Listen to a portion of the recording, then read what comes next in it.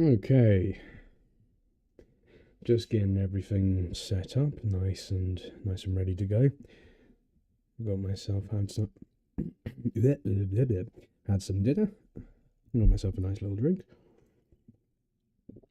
and we will be ready to go. Right, first things first. Before I actually get into this, is I have to move quickly. I have so let's get rid of you. Let's pop you up. Pop that up. Come on. There you go. Yeah, I have to move quickly because I have realised I've only been playing for around about possibly 4.5 hours, and we are not even at Ifrit. Um, that's quite a long time, even with skipping everything. I know I've done some of the job quests, but if we are going to get to level 100 before the new patch, and I'm pretty sure that is by the 25th, so I have less than 2 weeks to be able to do this. And if I'm streaming a few times a week, yeah, if I'm streaming just a few times a week, then we are pretty much looking at possibly 3 hours per day. So that's 9 hours. 9 hours a week. Now, all in all, if I can't get to Endgame by the point that the patch comes out, that's not too big of a deal. The main goal really is to show just how quickly you can get from point A to point B and be in a state that is ready to go, and how quote unquote fun the game actually is if you're going to do so. On my main character, funnily enough, I ended up getting embroiled in a bit of a conversation between me and a few other people. I was just handling some crafter stuff because that's what I'm chilling out with at the moment. And yeah, I said I skipped that. And yeah, so there was a sprout who was essentially asking, well, not so much asking as telling, I'm going to skip. I've just finished Stormblood, and I'm going to skip up until Dawn Trail and just carry on from there. And he had all, veteran players, mentors, a whole group of them were going like, no, this is where the story gets good. And to be perfectly honest, while I may very well agree with that, at the same point, I'm just like, well, if you've played all the way up until this point and you haven't really spent that much time actually paying attention to the story, and you haven't really, bothered with it, and nothing's really stuck with you, or, you don't really have that kind of attachment to any of the characters or anything else, then why should you, like, genuinely, why should you not just skip your way to the bits that you do enjoy, which are, the game? And I got to thinking because, I've been doing this now for a couple of streams, and I got to thinking about it where I'm just like, well, if that's the case and you just like playing the game, then that's fine, but what is the game that you're really after? And that's kind of what I'm doing. It's like, okay, so I've had a couple of low-level dungeons so far. I'm about to go for the first primal.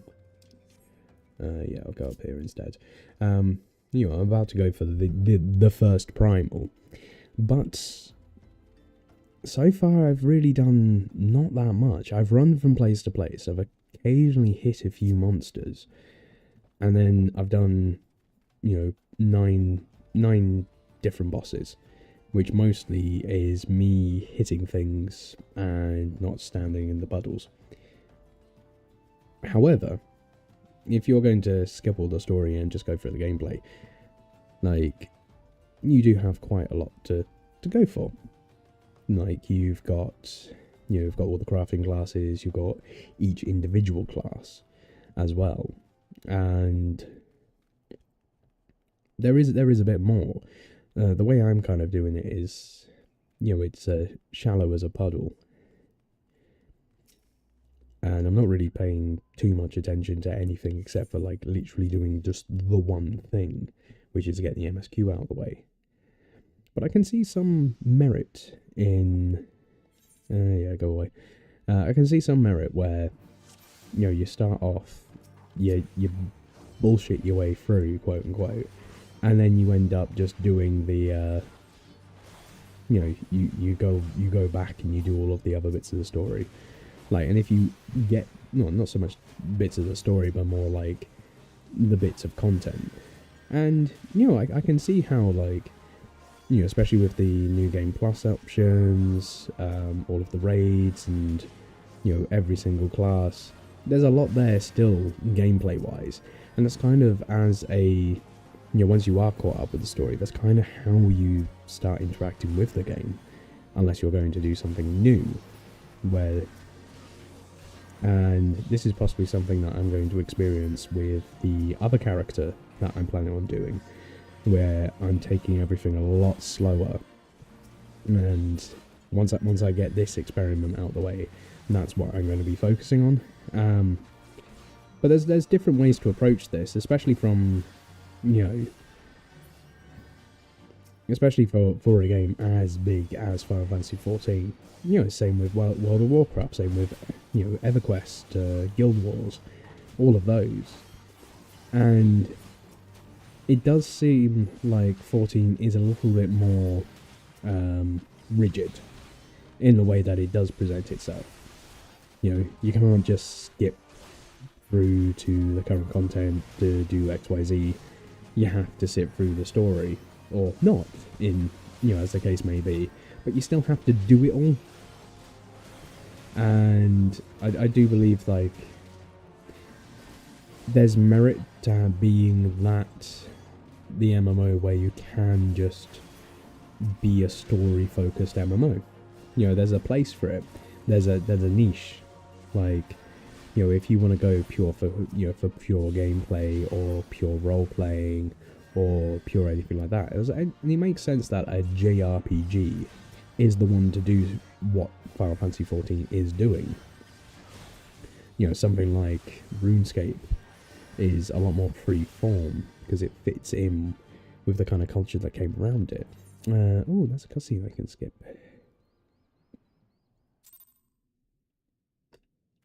And we are pretty much there. Hooray! Finally. The taco bowl. Yeah, whatever. I don't want I want duty support. Skip the queues. In we go. Have a quick drink.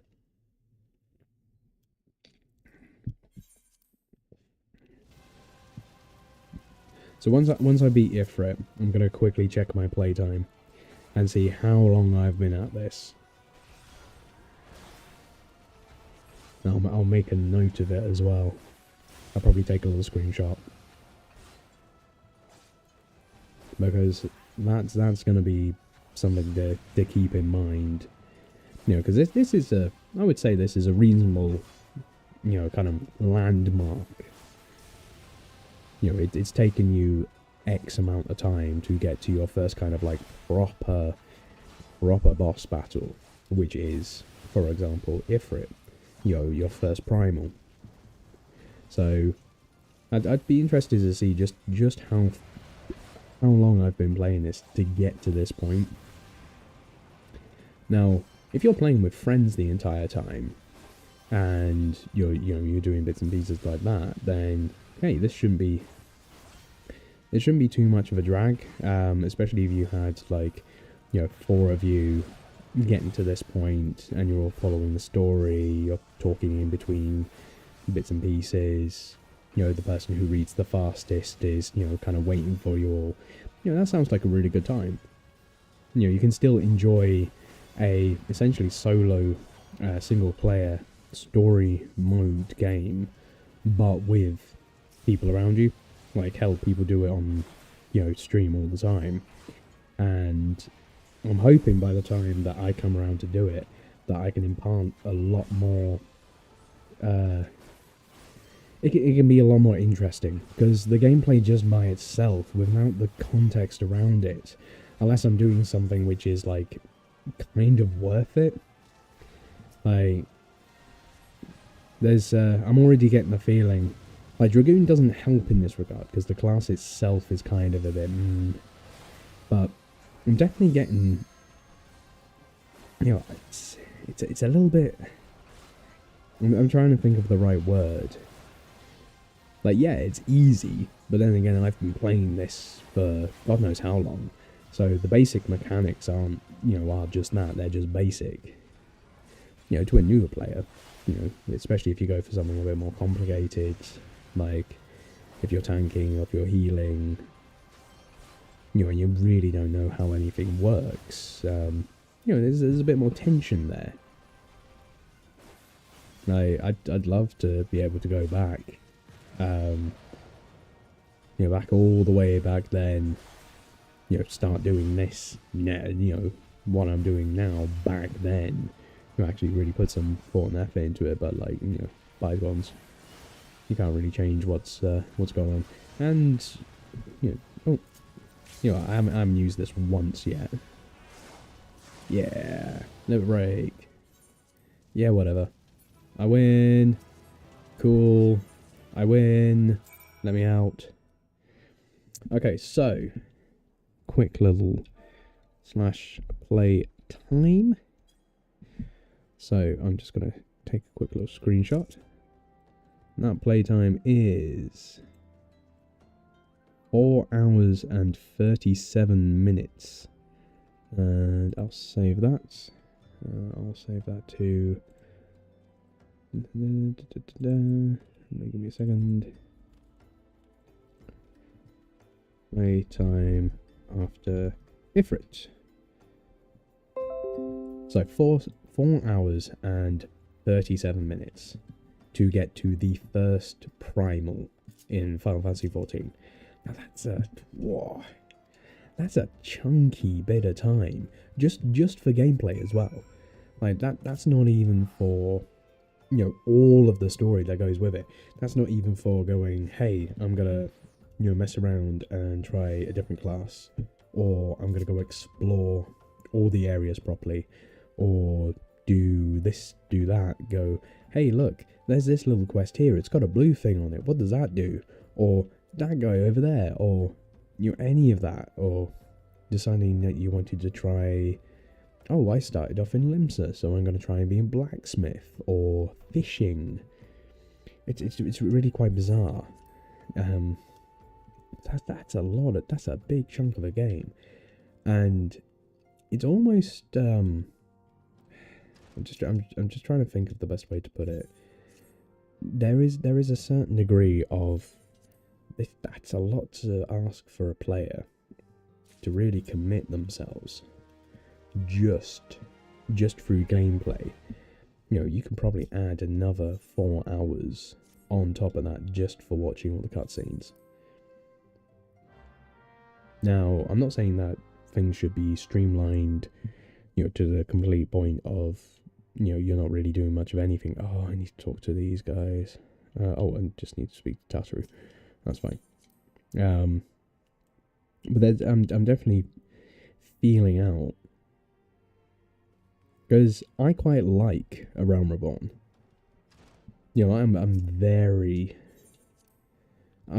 I find A Realm Reborn very cozy. I like the world building aspects of it. I like the fact that, you're coming into things and they feel like they are kind of lived in, but you're getting explanations, and the explanations aren't really that, like, they're not too exposition-y as well. So, you do have that kind of aspect of it. Alright, pop ourselves there.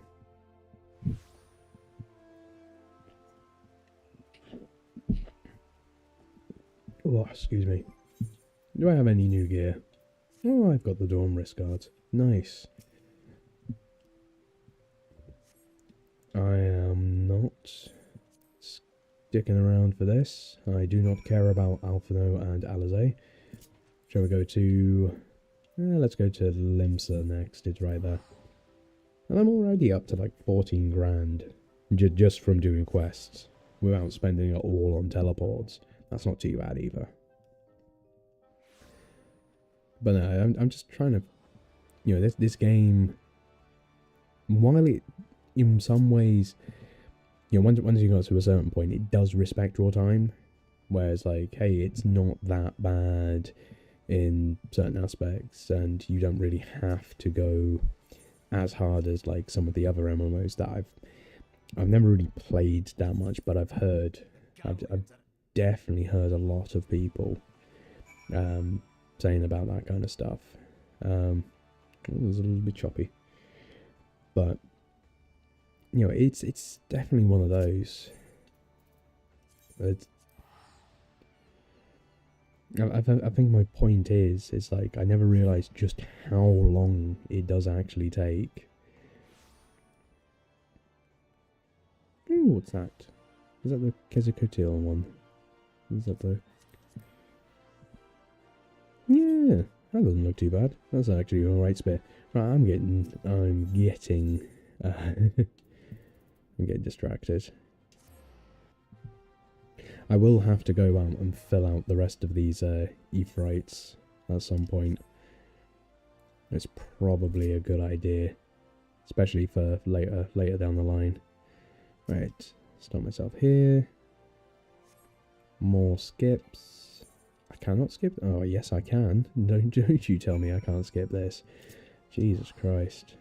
Don't you dare. That's definitely one of the things that I have a fear for. Is when they decide to go, you cannot skip this cutscene. There's a couple, especially at the end of base A Realm Reborn. So what is it? We're at level 20. The quest is level 20, and I am almost level 28. Which means, however, it does mean that we can become a Dragoon relatively quickly. So hey, that's pretty cool. I should have some areas kind of unlocked for the main story quest. Because what is it? We've got level 34 for Titan.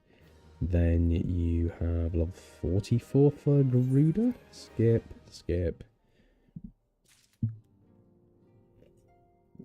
Right, which one do we want to go for? Shall we just keep Gridania? I don't know. Screw it, we'll just keep Gridania. Just swap over. If ever. Yeah, join the Order of Twin Adder, whatever. Adder's Nest. I teleported too soon. So I'll just wait for this.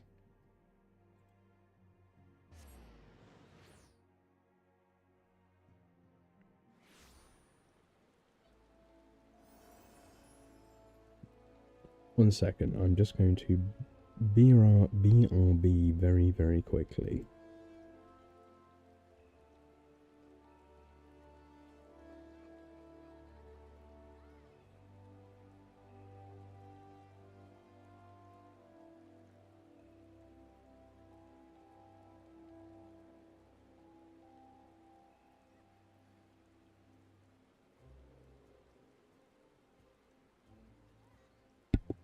Okay, I'm back. To be honest, but for practicality reasons, it was probably a toss-up between adders and flames. Oh, excuse me. Purely for the fact that the no. Yep. I still can't skip it. No. I just did a dialogue option and I didn't even... didn't even know that I clicked on it. Right. Cool. Let's go. 9 IVs. Just go there. But yeah, you know, either flames or adders, purely for the fact that it's quite easy to get to the offices from the Euphrates crystal. So just for pure practicality, just makes life a lot more convenient. Now, there is also the whole thing of like, oh, am I going to have enough experience? Because there is a little bit of a lull in experience up to a certain point, especially if I do not do any of the optional dungeons. Now, I'm personally thinking that the MSQ itself will pretty much provide all of that for me. But it remains to be seen. Right, you... Whatever. I can skip this one, surely. Yes. Oh no! The Imperials. Whatever shall we do? Still synced. Terrible. Absolutely terrible. Just like missing there. But yeah. I mean, the little fight so far, you know, if only I knew what was this, you know, this was all about. There's some kind of crashed ship. Am I looting it? Am I doing anything? I don't know, because I wasn't paying attention to any of the dialogue. But that's okay. You know, I get paid. I get paid in experience, and I get money for just doing all of this. I am down to almost under 16, well, under 14 grand. These quests start, you know, better start giving me more money again. Oh, come on.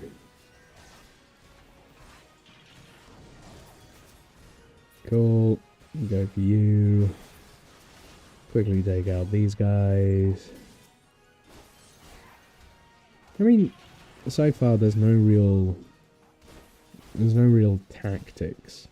And I do believe that there is this kind of worry by the development team that if you're doing a solo instance, you can't make it too interesting, especially not after Endwalker, where they did actually make a couple of very much more interesting solo instances, only for the majority of people to just really not get on with it. You know, it's like when they added do basic arithmetic for one of the raids, and next to no one could. Like, not gonna lie, like, every now and again it still catches me out, you know, when I'm not paying attention. But I know what a prime number is, come on.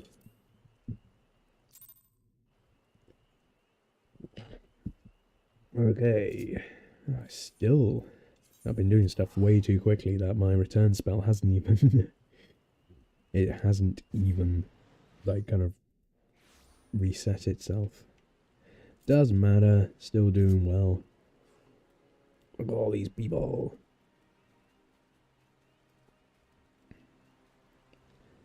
But, yeah. No, we're going good. The stream's been on for half an hour, and... I mean, we've done a few quests, at least. Yep. Cool.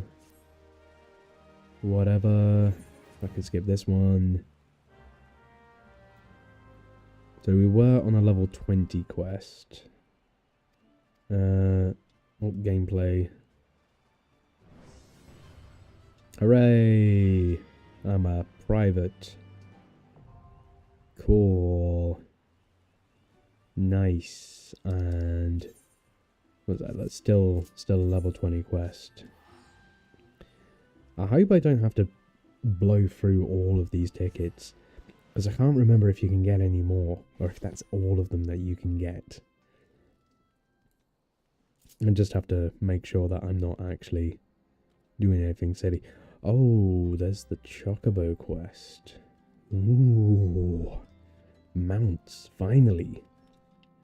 Right, that is something that does have to be done. I will not be able to go through the rest of the game without access to mounts.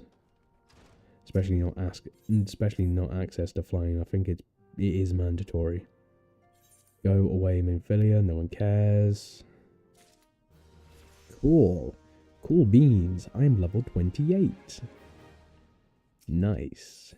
And off to the Sylphs.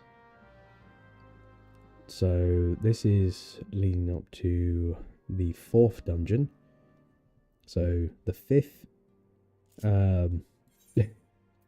the 5th instance bit of content, if you include Ifrit, that is mandatory, and the 4th dungeon, which is the 1,000 Moors of Toto Rak. Now, all in all, I kind of love and, well, I say love, I absolutely hate this dungeon. Especially the older version. The older version of this dungeon that's about to come up is absolutely awful. It's terrible. But it was at least interesting enough in certain aspects. So, I don't know. Right, Serpent Chocobo issuance. Quartermaster. Sick. Let's buy that. Right. Okay, let's get ourselves a Chocobo. I don't know if I can be bothered to do the quest for it to fight with me. So, we'll just have to wait and see. Right. 1 Chocobo coming up. Have my license. Skip. And talk to the Chocobo. What's the name? I will call it also Whitecross.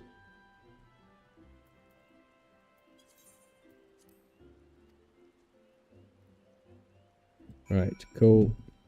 That's that done. Yep. Have me whistle. And West Shore Pier. Where's that again?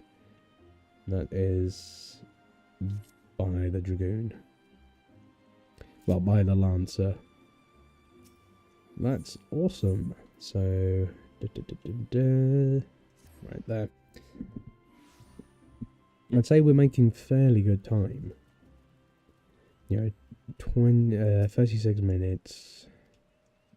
Coming up to, I would say it won't take long for us to get to the next dungeon.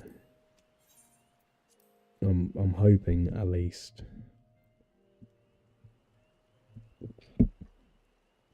Because I think here is just talking to people for a little while, and especially skipping through that's not going to take too long at all. You never know though. Oh yeah, shit. Finally. I am going to leave the music on. Because I don't mind that much. And to be honest, I should have just teleported. Come to think of it. Because this is essentially the, hey, you've never been here before, potentially. Quite possibly, actually. Yeah, if the game's going after, you know, like, you should be only level 20 or so by this point. I think that's definitely the idea behind it, but you out-level things so quickly nowadays. Yeah, just with MSQ experience, right? You, yep.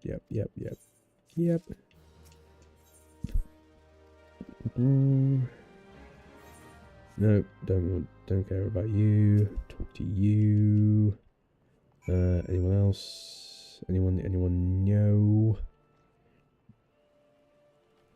I think the thing that's going to take me the longest time is potentially finding certain people for certain quests.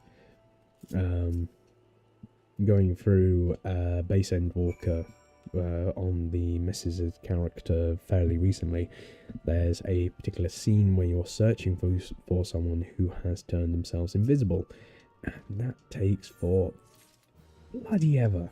It's awful. It just goes on and on and on. Now, I get it. It's meant to be tense. It is meant to be hard, but there's just a little bit. It kind of overstays its welcome for just a little bit too long. Now, yeah, with the tense music in the background and everything like that, it's like, ooh, what's going on? But nah, there comes to a point where it becomes more frustrating than it does tense and anxious. Cool beans. And yeah, we're doing all right, I guess. We're still on level 20. Like, I do not have to worry about my hunting log at all. Especially by this point, I'm almost 10 levels above where I should be, which is ridiculous. Like, this poor thing just melts. What was it? I'm level 26. Well, I level 26. Where things for level 25. I'll quickly just look through. So, yep, level 26. Still wearing the odd 25. Everything else is 15. Yeah. Like, gear-wise, I could probably stand to get a few extra pieces. However, that's where the next dungeon comes in, and I should genuinely be able to get through that quite quickly. Right, talk to you. Yep. I remember that taking a lot longer. But then again, I think the last time I did it, I was reading all of the dialogue. I was, watching cutscenes and everything. So, all in all, stuff that you're gonna get a lot of that while I'm doing this is just I thought this took a lot longer. The answer is yes, it does.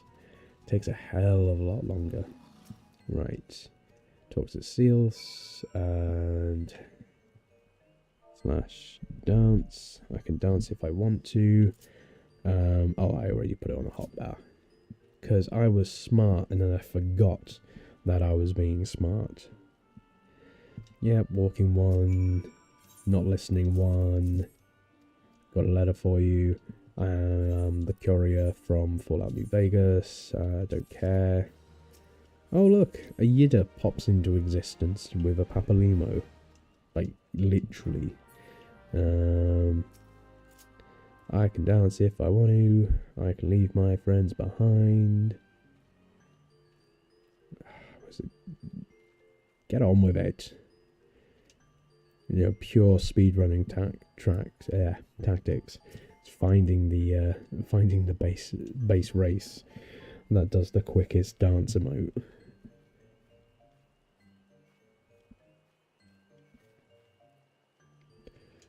And onto the final one. So there is a complaint that I have seen, which is the do 3 of X to progress. That's like, yeah, most things come in threes. There's a reason. Just feels natural, feels right.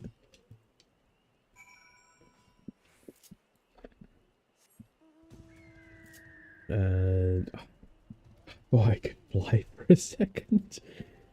Oh dear, that's also going to happen quite a lot. Is I am just straight up going to believe that I can fly in the Realm Reborn areas, because it doesn't take long before you can. Well, not in the grand scheme of things. I think I mentioned in a previous stream that it's just one of my favourite retroactive things that they put in is the fact that you can just fly. Okay. Not a sprint. Sprint and do my duty. So this isn't too bad. So I've got to slay one of one thing, one of another thing. That's gone, and then get the other things. Ooh, you aggro on me. Nice. Haven't had that for a while. So yeah, killing stuff, gathering stuff. Some of it, there's like, you know, it's playing hide and seek. It's you know, can you find the thing? And you know, all in all, gameplay wise, it's not the worst. I do, and this is something which I may kind of have, well, not so much have to. It's something I may try and not do with the more involved character, which is kind of keep my eyes glued to the minimap. Now, whether or not you're paying attention to the story or you're just, you know, trying to get through it as quickly as possible, there is still, like, it doesn't matter which type of player you are, there's a fair amount of time you're going to be spent just glued to the minimap. And there's going to be a lot of times as well where that minimap is not going to do anything. And I shouldn't have aggroed that next one. It's okay, I can just run away. It's not gonna waste too much time. It is if I accidentally try to put my weapon away and lock on instead. Start running back towards it. I need to mess around and change the lock-in function. It doesn't really do that much. Like, from any kind of aspect of content, I've never found the lock-on feature to actually be of use. Especially not once you start getting into like the harder mechanics. Have all your stuff. Yep. Go. Yep. Go. The suspicious presence. Right. So, for example, you have here, and I might as well start up there. Do the furthest away, and then just kind of make my way over. Right. I'm investigating. I'm investigating by asking you. And yeah, it's like, how many quests are just going to be talking to people? Yeah, I've got to talk to 4 people now. And there is a place for it. There's definitely a place for it. And I think they have also utilized at some point something close to the Final Fantasy II, you know, the keywords mechanic. Now, if dialogue and stuff from the perspective of the player character in doing investigations and stuff, if that was a little more involved, that could be cool. But the problem is that there is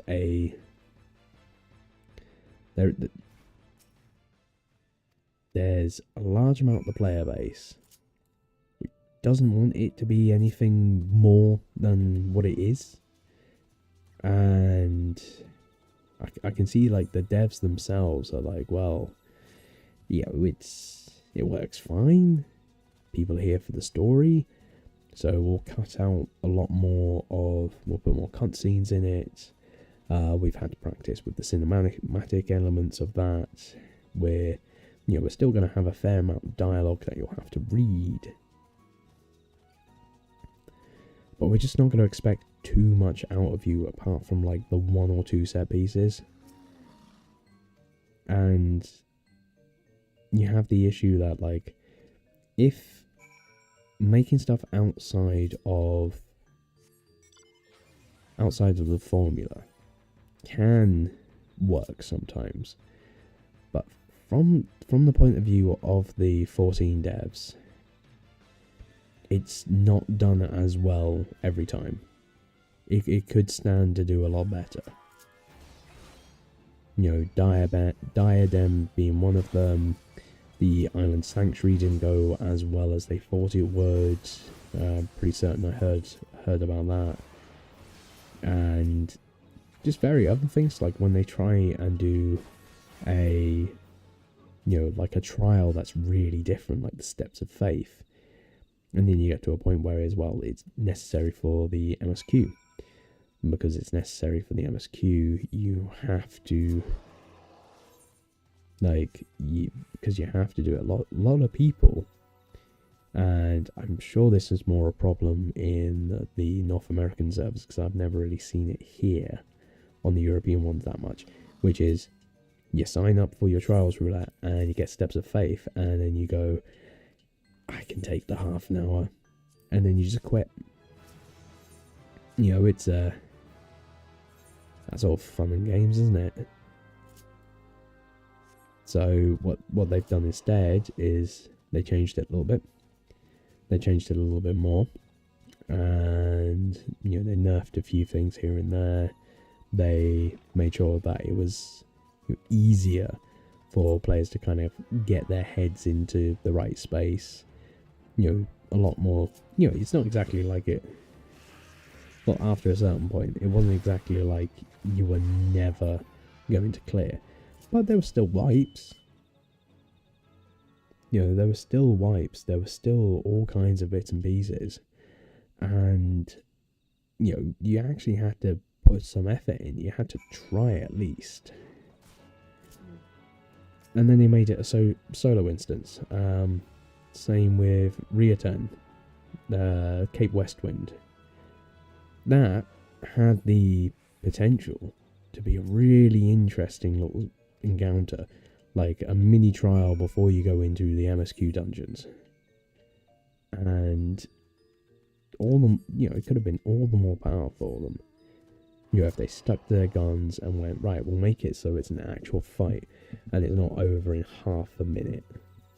And I'm pretty sure before they got rid of Cape Westwind and turned that into a solo, you know, instance, it was taking less than a minute. I'm pretty sure it was taking less than a minute.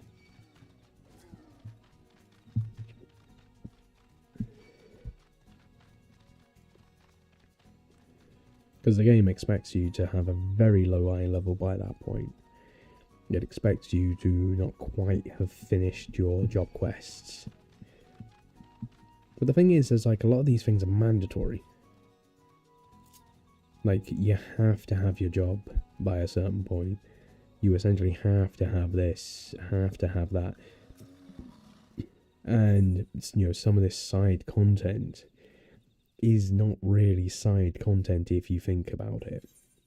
Same way as the Crystal Tower is not side content.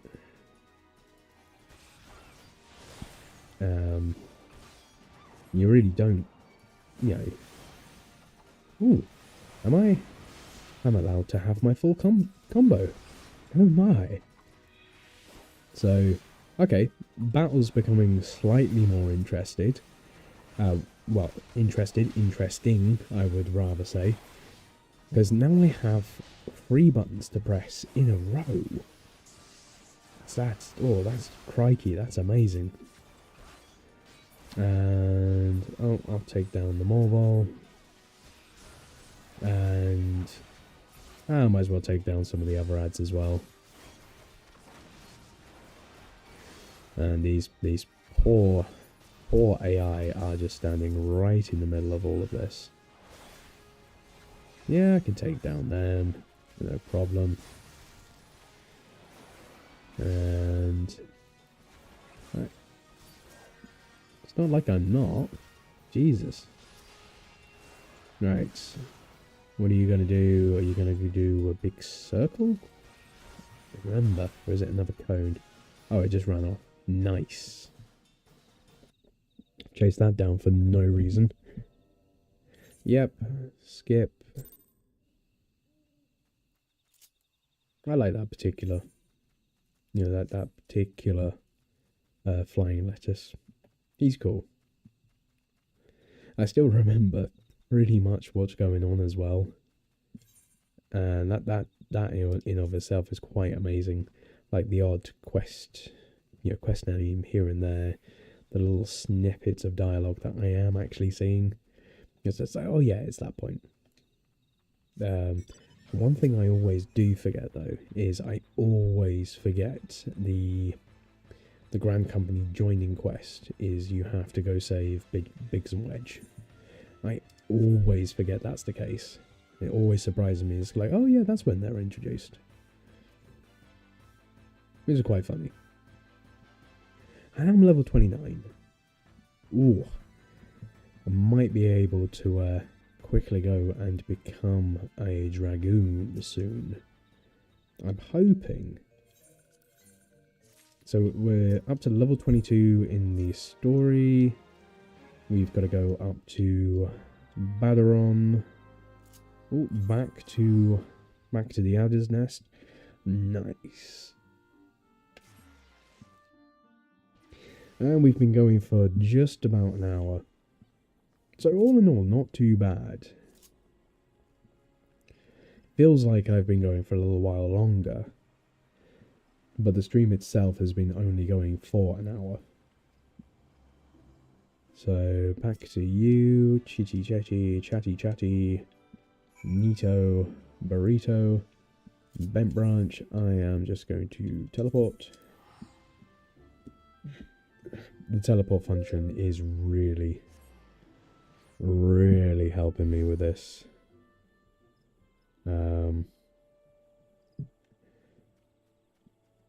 Right.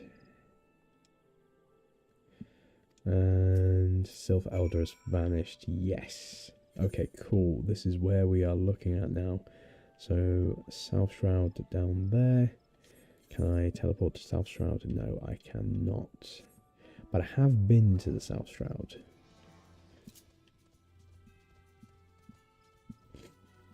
Feels like I've, do I have the speed? Mount speed. Yeah, I have the mount speed here. Once you get flying, that becomes completely inconsequential. Like, I mean, it's nice to, every now and again, kind of sit and be like, yeah, I'm just going to have a nice little jaunt through an old zone. But you don't really get the mount speed increases until you don't really need them anymore. Especially in later zones. I think you get like maybe one halfway through the zone story, and then after that, you don't really, you got flying by that point, hopefully, if you've been paying attention. That's something, once we get out of Realm Reborn, that is something that is going to happen. Every zone that I can, I will be doing the necessary quests to get flying, which means that certain side dungeons will actually get done. So that's Dusk Vigil and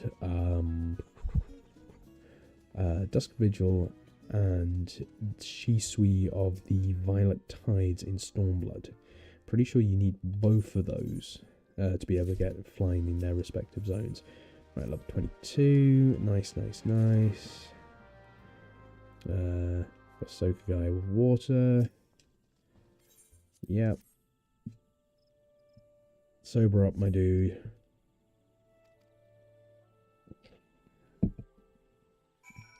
I'm helping be security at this pub. Go. Stop it. Yeah, whatever. 23. So that's good. All the way in Hawk's Alley. You mother. That's a. Ah, shoot. I didn't think. We did not think I did. Right. I will have to go and run all the way back. All the way back.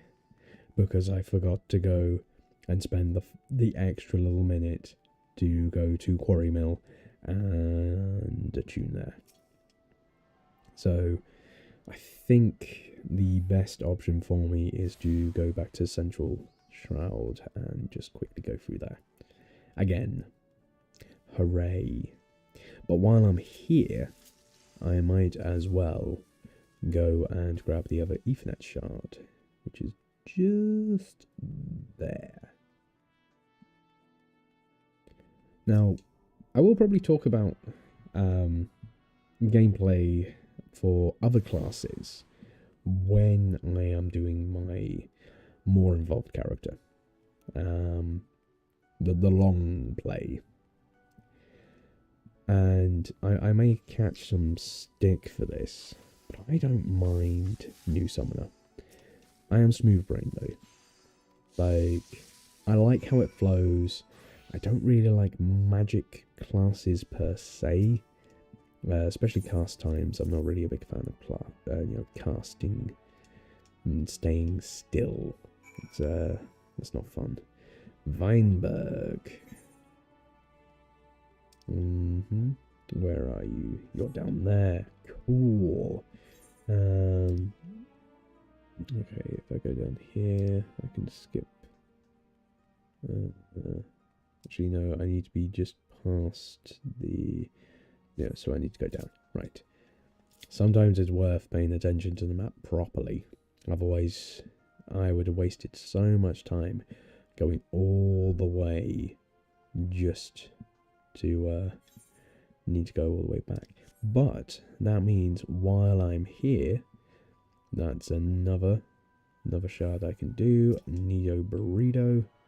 Sick. And that's building up my my repertoire of Limsa. Yep. Airport. I don't have airport.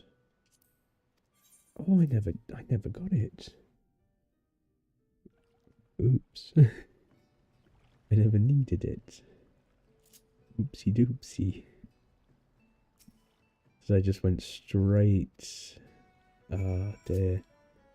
I just went straight up towards Sestasha. However, I do need to go up here, so I might as well grab it while I'm up here. So Airport is, funny enough, it's one of those zones you come back to quite a few times. That might be something interesting to kind of think on. It's like, right, in the main story, how many times, you know, everyone knows, like, oh, Return to the Waking Sands and all of that jazz. But how many times do you go back to, you know, for one random bit of MSQ to talk to someone in Airport or Central Shroud or, you know, so on and so forth? That actually might be something interesting. Because especially if we count after the kind of split of the starting zones, once you're allowed to roam free between the three starting zones, that actually might be something worth looking into, and something I might have to write down, or get reminded of when I'm looking back through this footage for stuff to do, stuff to grab for my my video, which I will be making about this.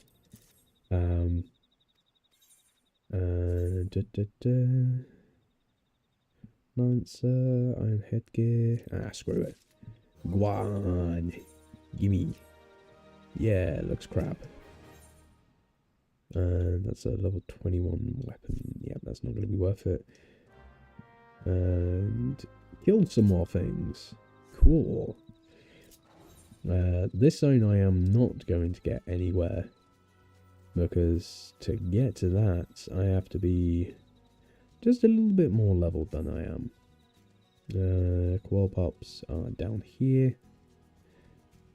Yeah, and having the knowledge of the game area is definitely a bit of a benefit, all things considered. Getting... Oh, someone's doing that fate. And I shall let them do that fate. Because... yeah. I don't care about that, I just care about this. So I need to get 3 of those again. 3 makes its return. Right, there's 1. And I have to actually stay here and wait for more enemies to spawn. Which means in the meantime, I'm going to help out this person. Because I'm going to be waiting here doing nought otherwise. Like, regardless.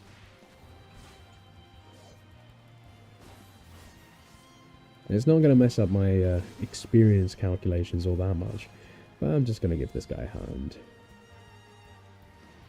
You can take out the rest of it, you're fine. I want you. Yeah. Nice. The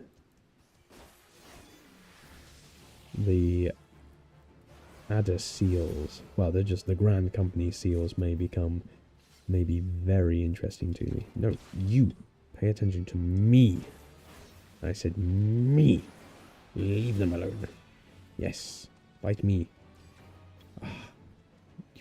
Arsehole. Might have to do that all over again. Yeah, brasses, whatever.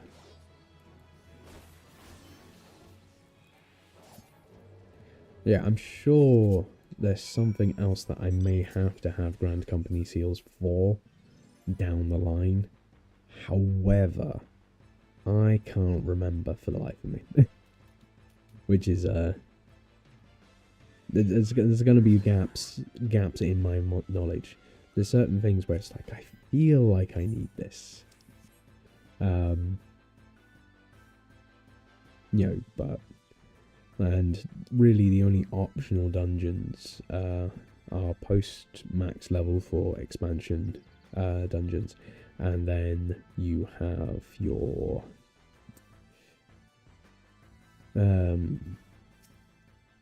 yeah, just the raids and everything like that. There's a whole bunch of stuff that I just do not have to do. Right, okay, cool. Carry on. Right, back to Central Shroud. And this time I am going to use that. I'm going to take a quick drink while we teleport. What are we looking at? We are looking at 5... ooh, nice. So this, if you look up here, is the tension weather. And this is for Odin. And out of the world bosses, I think Odin still maintains like a good bit of like allure. It still is kind of cool. The other one's not so much. Like, I remember doing Odin a lot back in, you know, up till like Stormblood. There was the occasional times where we go back and someone would say Odin's popped. I didn't care about the rewards. It was just fun. You know, especially how that the whole vibe of one of the areas in the Black Shroud kind of just changes. You kind of get that little bit of the, ooh, something big's about to happen, or there's someone, you know, something mean around. You know, you don't really have that with the other ones. Like the XIV was kind of cool.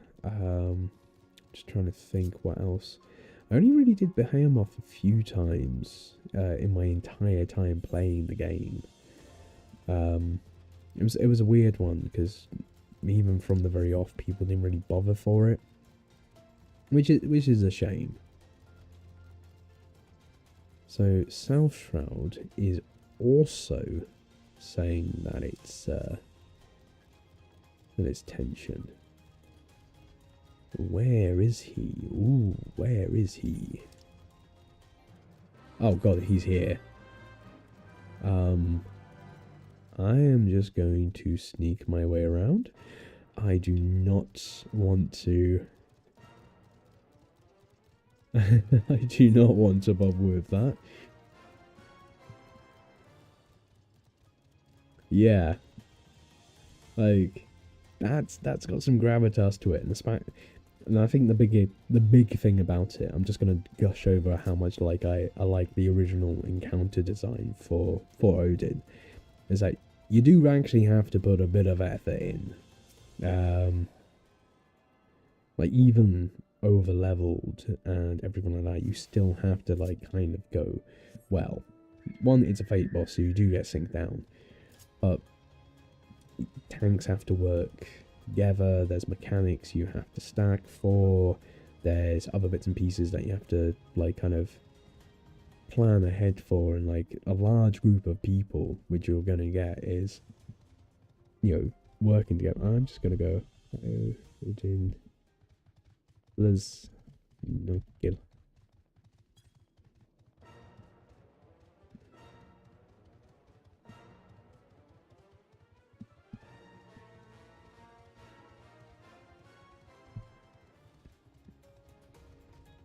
And right, ignored him completely, thank God.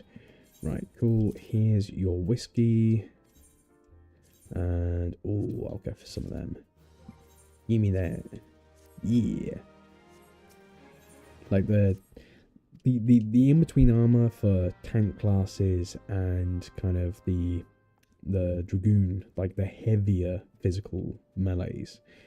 That's something that didn't quite that kind of got phased out after a while, and I think that's a shame, because it was nice, you know, kind of in between shared gear, and now everything's very much regimented.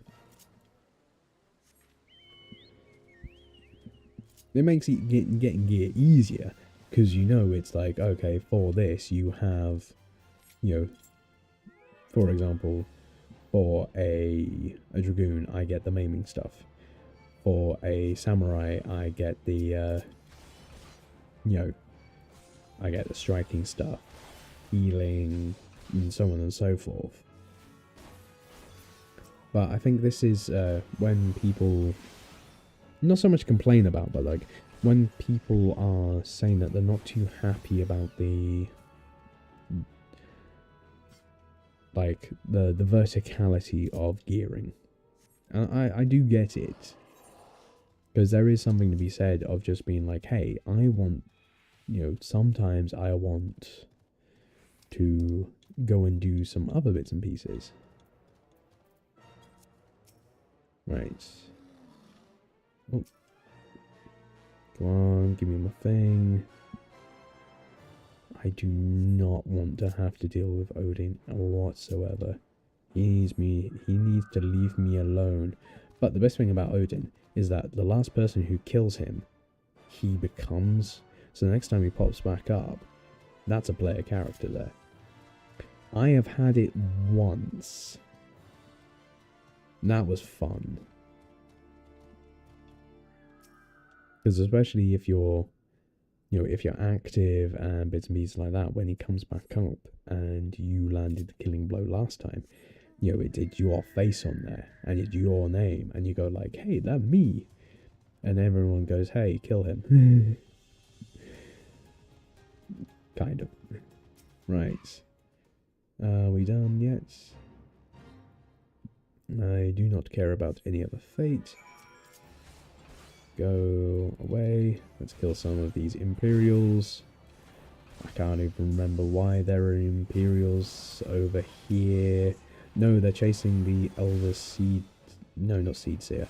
They're chasing the Sylph Elder, but the Sylph Elder runs away, and that's where Totorak comes into play. That's the story, if I remember rightly. Don't ask me. Let's just sneak past. Do not bother with me. But it is quite a thing, just as someone going through the story and just doing basic stuff, is the whole like, hang on, is that something bigger happening? And it's like, yep. Alright, skip. We have skipped. Yes. Cool. I'm just getting more gear. To be honest, I shouldn't really be going for the gear because it doesn't really matter that much. Oh god, it's this guy, Laurentus. Laurentius, in fact. I'll get his name right. You're a little prick. And he's a little prick, deserter, whatever. And he's dragging you out further and further and further so he can ambush you. Yep. Well, actually, no, you just follow him. And he's like, oh dear. I'm pretty sure he gets his comeuppance. I really can't remember if he gets like a full comeuppance. I will have to check on the other character. Right, run away some more. Yeah, whatever. Cool music, and Fat Chopper go female now. Yeah, I love Fat Chopper go theme. No, you're not there. You're hiding around here. Actually hiding, but at least I keep at least I keep my full. Yeah, my full combo now, which is nice to have, because it actually feels like I'm doing something. You're dead. And you're about dead. Cool. Take down the collaborator. No traitors. And I think I'm almost at level 30. So I don't know what I'm going to hit first, if I want to go and get to Dragoon, or if I want to go and do this dungeon. Technically the dungeon's not made for me being in a job, so because it's pre-level 30, so I won't be able to use any of the skills that I learn as a Dragoon. So I think I think I'll just do main story, and then as I approach Hawk Manor, I think that's the point I'll go get Dragoon. I'll kind of leave it going for just a little while longer, and then when I go for Dragoon, I might just sell off all of the gear that I'm no longer using, and keep my inventory nice and clear. Like for example, I'm starting to pick up a bunch of these. I need to use my Chocobo Whistle. Oh dear, I didn't use my Chocobo Whistle. How foolish of me. But yeah, like, this guy becomes a little bit of a recurring character. Still, it's one of the most naive things about the Realm Reborn Warrior of Light, where it's just like, yeah, we can trust this guy again. Look at his fucking little sideburns.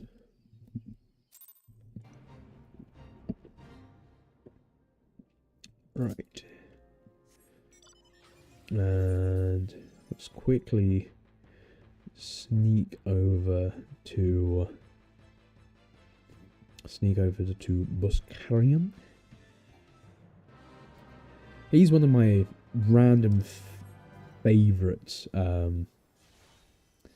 Oh, shoot. No, get out. Almost died. Oh, dear. I didn't. Yeah, I didn't. I shouldn't have kind of stuck around there. Buscarian is one of my favourite kind of just random NPCs from, like, the early game. He's a cool dude. You know, he's been there, done that, you know, got the t-shirt, decided he was bored of it, and, you know, start up his own pub. You know, that's great. I love that. I've got plenty of room in my my thingy, right? Yep. Cool. I'm now level 30. Skip the cutscene. Bloisrant. And that is up there. Fantastic. I do believe this is the fourth dungeon.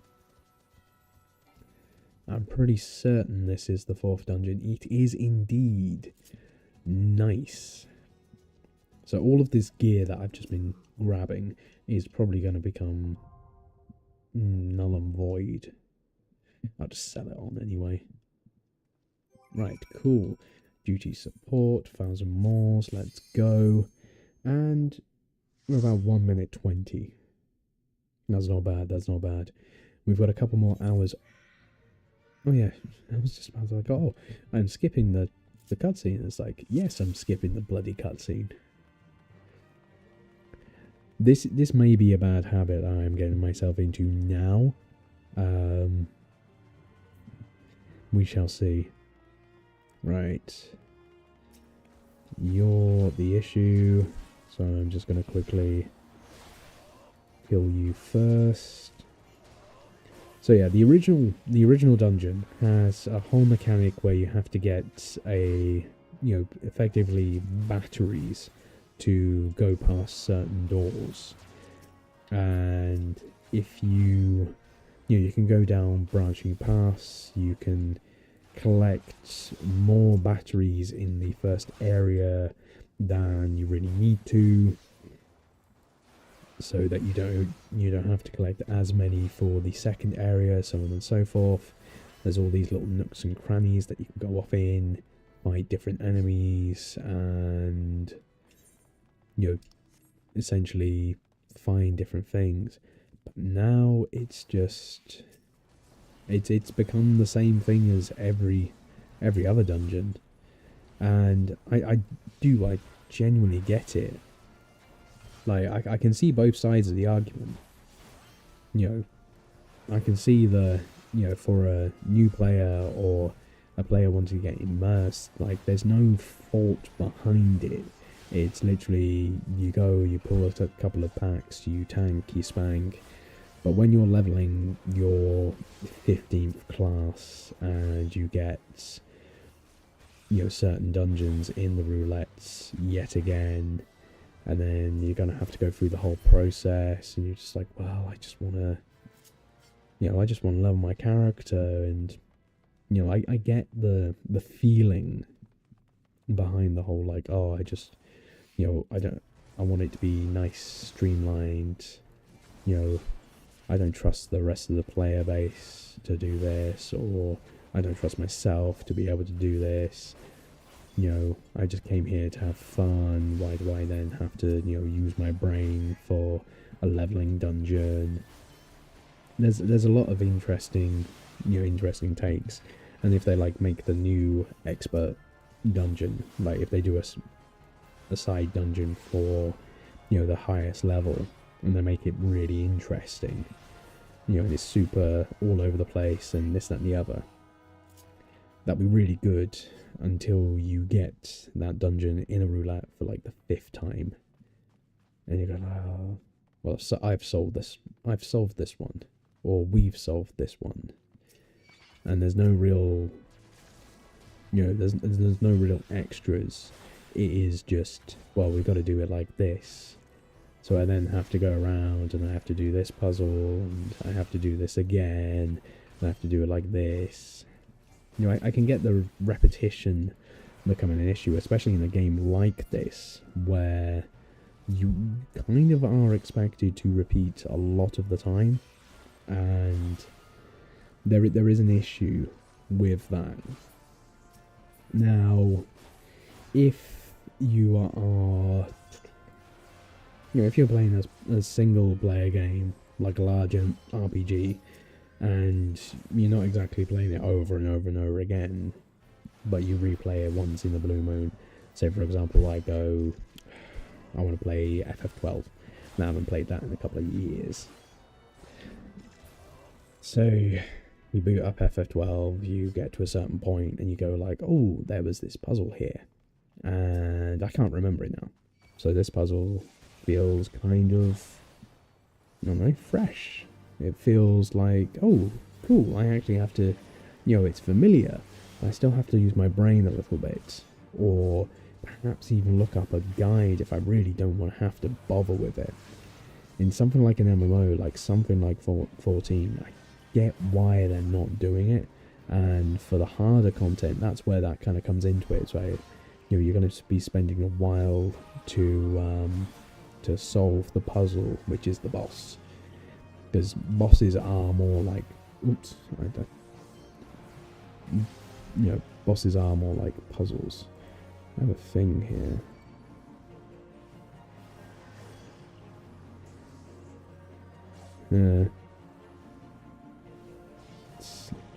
It's something completely unrelated.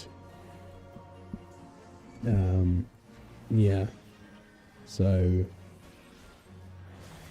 we are, I get it. And I genuinely do. I got nothing for that. Any treasure chests? Because that's one thing I am going to do in dungeons. I am going to pay attention and try and get some extra gear. Because extra gear means that I don't have to really bother upgrading. Even though the game itself is going to thrust more than enough my way, I should really just be able to just go, just get. Speaking of, I'll let the NPCs do their thing. And that was less than nothing. Pretty sure that sells for absolute bugger all in any server, which is really, really good. Yay! I'll sell it to the NPC for like 2 gil. Wunderbar. Right, dead. Nice. Like this bit doesn't exist in the older dungeon.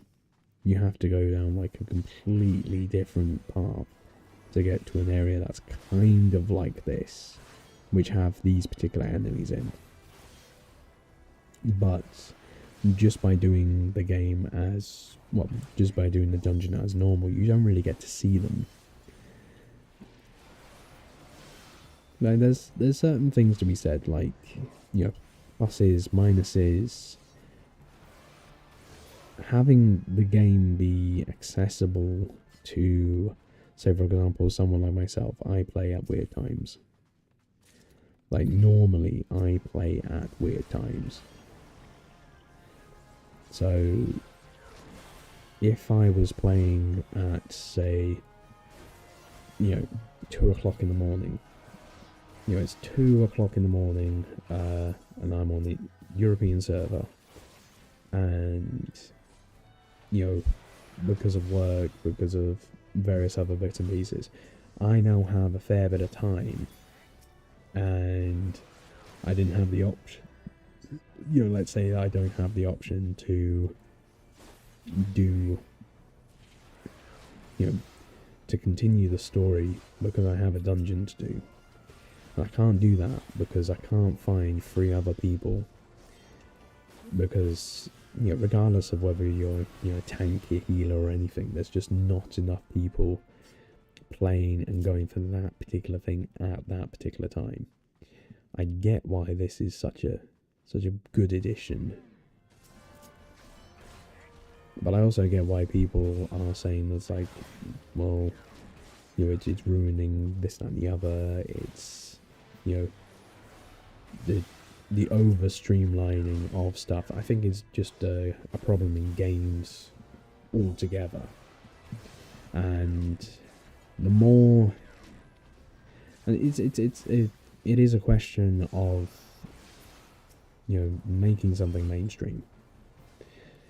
If you are trying to widen your audience, then you have to cater for the lowest common denominator, and that's just the be all and end all of it.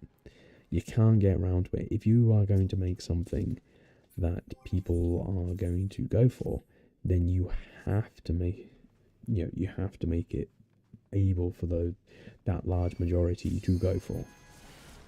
Now, if you're going to make something niche and you only want to select a few people, then you make it exclusive. And exclusivity is not a bad thing.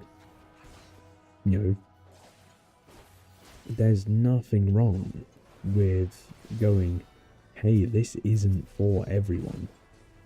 In fact, it's meant to not be for everyone. But that's a wider, that's a wider discussion. And especially as a business in the 20th and 21st century, you kind of can't get around that. You have to be for everyone, especially, businesses and entertainment businesses as of late. You have to cater. You have to get that big bottom line. You have to have the most concurrent players on Steam, on PlayStation, on this, that, and the other. It's utter, it's utter hubris. And, this is coming from someone who is a creative themselves. I don't want everyone to be like, oh my god, I absolutely loved your thing. I want a select few people. Yeah, I want to make some money, and I want to make some money so I can survive, so I can fund other projects, so I can pay the people I collaborate with. But overall, it's that whole oh, such a sellout. It's like, yeah, it literally is like you are selling out. And whatever that people liked your stuff for to begin with, they're not, some of them might stick around, but the majority of them, they're probably going to move on. That's not good enough for me. Ooh, so that's second boss. And we are coming close, most likely, to the end of the dungeon. There's no treasure chest in here. No, thought not. Literally just set dressing. And, even with these streams, I'm not doing gangbusters. In fact, I'm barely being noticed. But these streams are providing not only footage, the commentary that goes with them. I'll use various bits and pieces here and there to complement the videos. This is essentially just the working out. So as I am working out and doing various bits and pieces, I need to actually put this all into a playlist as well at some point. All the nitty gritty admin stuff. But as I'm getting, through this, I will go, hey, we are, a little bit of dungeon stuff here, a little bit of the primal stuff here and there. And, yeah, it's like, but this is also deep. And, and one of the best things about being live is that I can think on the fly, and every now and again, even though if I have to think a little bit harder, but this is practice. this is practice for me to just can I keep myself interesting? Can I do all of this stuff as and when? It's all these simple bits and pieces. Not everyone comes out the gates unless they're astroturfed and immediately gets a big audience. The audience has to come from somewhere to begin with. Now, are there certain games that I could play to bump myself up? Could I jump on the bandwagon for certain things? Yes, I could, and I could do that easily. However, that's kind of, it's not so much cheating, but it's just distasteful. And I don't need that at all. Oh well. But yeah, for the most part, I'm gonna stick with 14. 14's my game. Just like the people making WoW content, even though WoW came out 2004, the guy's still doing that. Fair play to them. That's their game. This is mine. I've been around for long enough, even if I'm not the best raider or this, that, and the other, or I don't have a cutesy VTuber or an annoying e-girl voice, or anything amongst those things. But I'm hoping that I can put myself forward just enough that I can then go forward and make some interesting videos. So the kind of plan and the schedule thus far is I'm going to put my thoughts forward about the states of the game in my eyes as super duper casual, especially once the new patch comes out. I'm either going to wait for the patch to come out, Savage to come out, so maybe next month the video may come out. I'm still kind of formulating my thoughts, and I'll kind of put bits and pieces together. Probably use the trailer to cut in and everything like that. Oh, I'm at the end of the dungeon. Fantastic. I just talked utter nonsense and he got me to the end of the dungeon. Fantastic. But yeah, there's going to be a video on my thoughts on the state of the game. Then there is going to be a video related to this experiment. I'm kind of going to use a fair bit of it. It might be a fairly short video where I just kind of go for the absolute key points of, hey, it's such and such time. It's taken me 4 hours, 4+ hours to get to Ifrit. It's taken me X amount of time to do this. And, kind of, as I'm going through, kind of using bits from the stream, using bits of voiceover to go like, hey, I'm kind of enjoying this because I like seeing the number go up. And I like doing other things. Right. Gotta quickly do this. Bash, bash. You're dead. That's good. Take that out in one. So, yeah. And that's going to be like my other video. That might just be a little 10-minute video going like, part 1. I'm doing this. And so far it's going like this. And then if I get to a point where the experiment isn't going to reach completion by the point where the next lot of Savage comes out, especially I kind of like new patch comes out on the 25th as far as I'm aware, then they may wait for a week. Oh, I leveled up again. Skip that. And then I may wait a week. And yeah, Savage will come out after a week.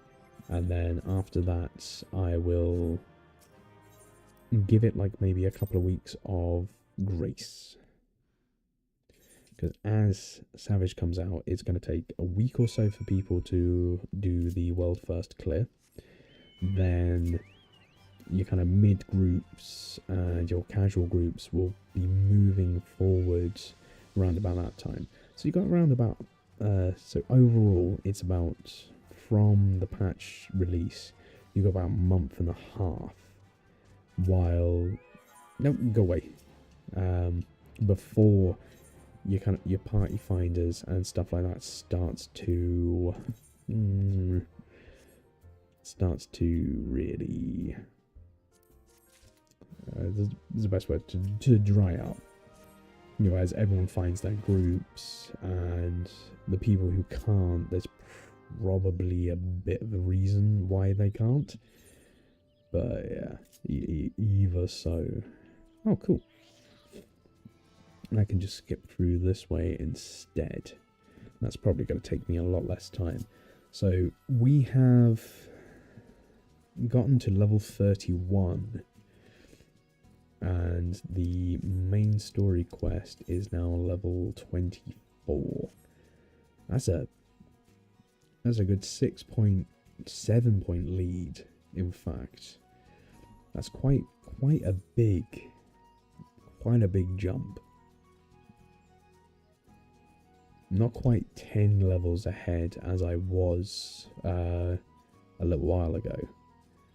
And we'll see if that gap kind of widens or shortens as we kind of continue through the main story for the moment. But I'm still keeping a good lead.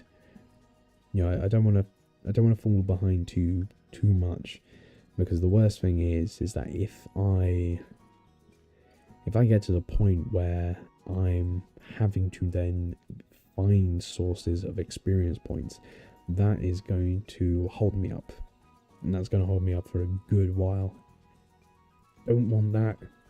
I don't want the waste of time of, hey, you need to go off and grind. I'm anticipating that might happen just around about Garuda. But that remains to be seen. Right, you cool. Have that. I'll have some new shoes. Yeah. Doing good. And is that another crystal? Nice. I have crystals. Skibbity doodah. Lookout. Do I have that? Yes, I do. I was clever enough. Because then I don't have to reach over and go clack, clack, clack, clack, clack and type. So that's gonna be useful.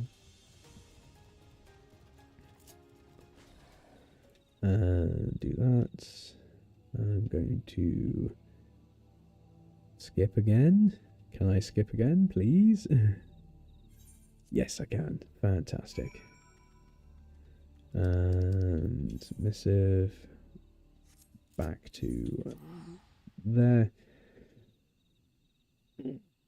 Seeing I'm back in Gridania, it might be worth going and doing my job quest. It all depends if I'll be able to get to Coerthus quick enough, because I've got the Lancer quest, and then I'll also have the whatever next. Back from the word. Skip. Speak with Tartaru. Yeah, I might as well do the Lancer quest at least. Because if it's going to ask me to go off somewhere completely different, I may be able to do that. Just trying to think, is it through South Shroud? I think it might be through South Shroud. I can't remember. Like, the geography of everything does get a bit mangled after a while. Like, I used to remember, like, oh, this zone goes into this zone, which then goes into this zone. But once you get teleports and things like that, you barely ever go from zone to zone like as it should do. Ooh, that'll be useful. Yeah, I'll have that.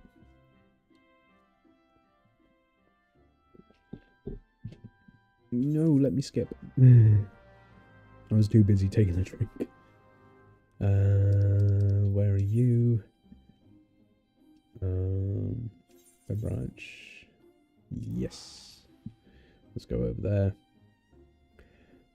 Because blood for blood, I will never really call it Lance Charles. Probably not for a long time.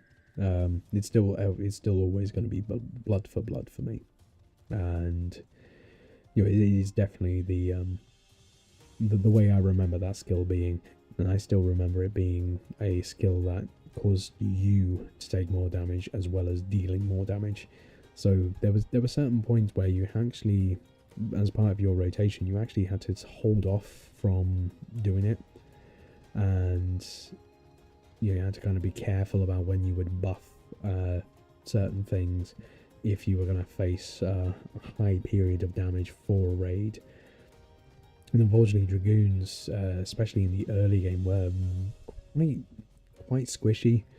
There was an issue with them where they had higher physical defense but lower magical defense, so if you had certain raid bosses being purely physical, purely magical, you didn't actually want to take a dragoon with you at all. And hello. Don't worry, I did see your message. I was just wanting to finish off my thought. So, at the moment, we are looking at the main story quest being about level 25. We've just done our 4th dungeon of the game. Done the first primal, and we're, doing the final Lancer quest, so I can go unlock Dragoon. And yeah, not doing too badly. About 6 or so levels above where I really need to be. And if I can keep that up, that will, keep everything flowing quite nicely. Because the last thing I want to do is have to go and grind. Is something I was mentioning. Yep. What else? Folks in North Shroud. Thankfully that's up there. So let's quickly just sneak over. But yeah, for the most part, the I've just been waffling on about various different bits and pieces.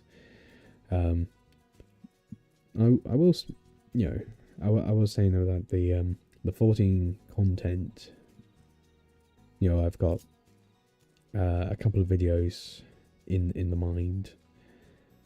The first being along the lines of the current state of the game from my perspective, and my perspective being a long-standing player,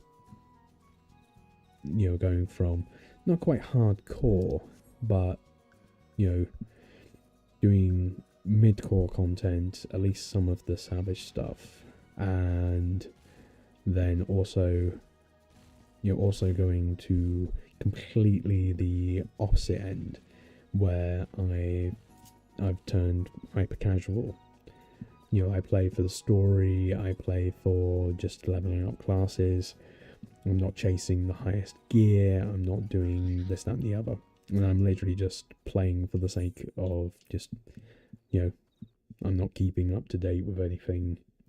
There's, like, for example, there's an event going on at the moment where I can get special tomestones to... So I can get special tomestones to get certain items, whether they be mounts from raids, mounts from EX trials, other bits and pieces. Yeah, I can go and get it, but I'm not really bothered about that. Like, at the moment I'm spending time just slowly gathering and crafting and just kind of having fun doing that, selling stuff. And really taking the game at my own pace. Now, especially on my main character, I have not done the current main story. I got halfway through. Oh, that's a. Yeah, I got halfway through the new, the newest patch, the 7.1 patch, and then I kind of just went, oh, I'll get around to it later. And that was the feeling. I think I did the dungeon, when that's kind of cool, and then stopped. So it's like, okay, I just stopped. But either way, are you dead yet? Yes, you are. Cool. Whatever happens next, we will never know. He'll just go, impossible. And let's go back to there, talk to my guy. I'm gonna go for a little stretch. You see that? That's my arms popping because I'm old. Oh, no, I'm gonna do a big yawn. Oh, excuse me.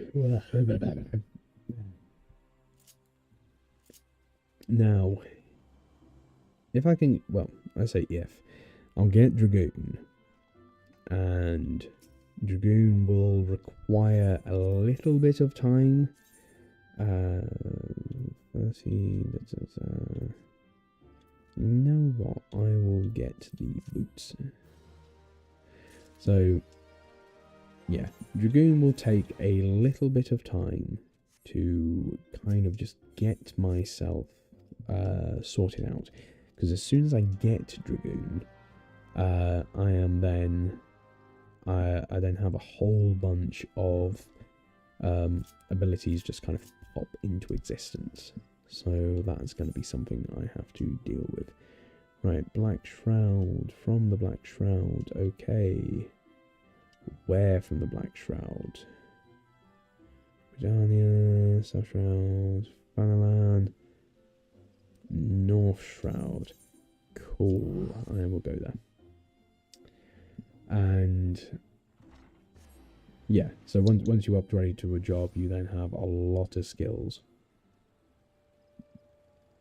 And then once I do it once, I shouldn't really have to do it again until possibly the next expansion. Or I get to max level and realise that I'm not using this skill, or I need this skill here, and so on and so forth. Yeah. So we're going to make our way up to Coerthus. And I'm going to... should really take the extra amount of time to go from the observatory all the way up to Dragonhead, just so I have that. Like, there's lots of little things where it's like, yeah, I should actually do this, and if I do this now, then I'll save myself some grief later.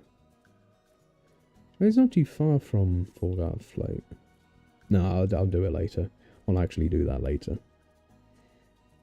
And hello in the chat. Are you still playing that Dredge game? Or am I purely on in the background?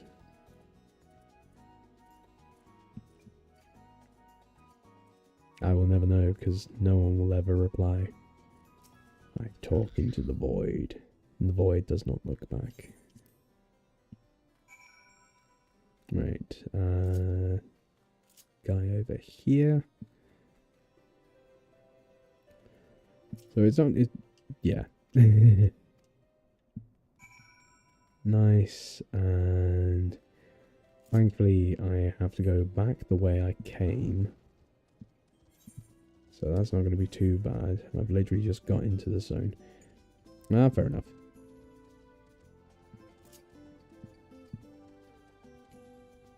But yeah, we're so far I'm making reasonable progress.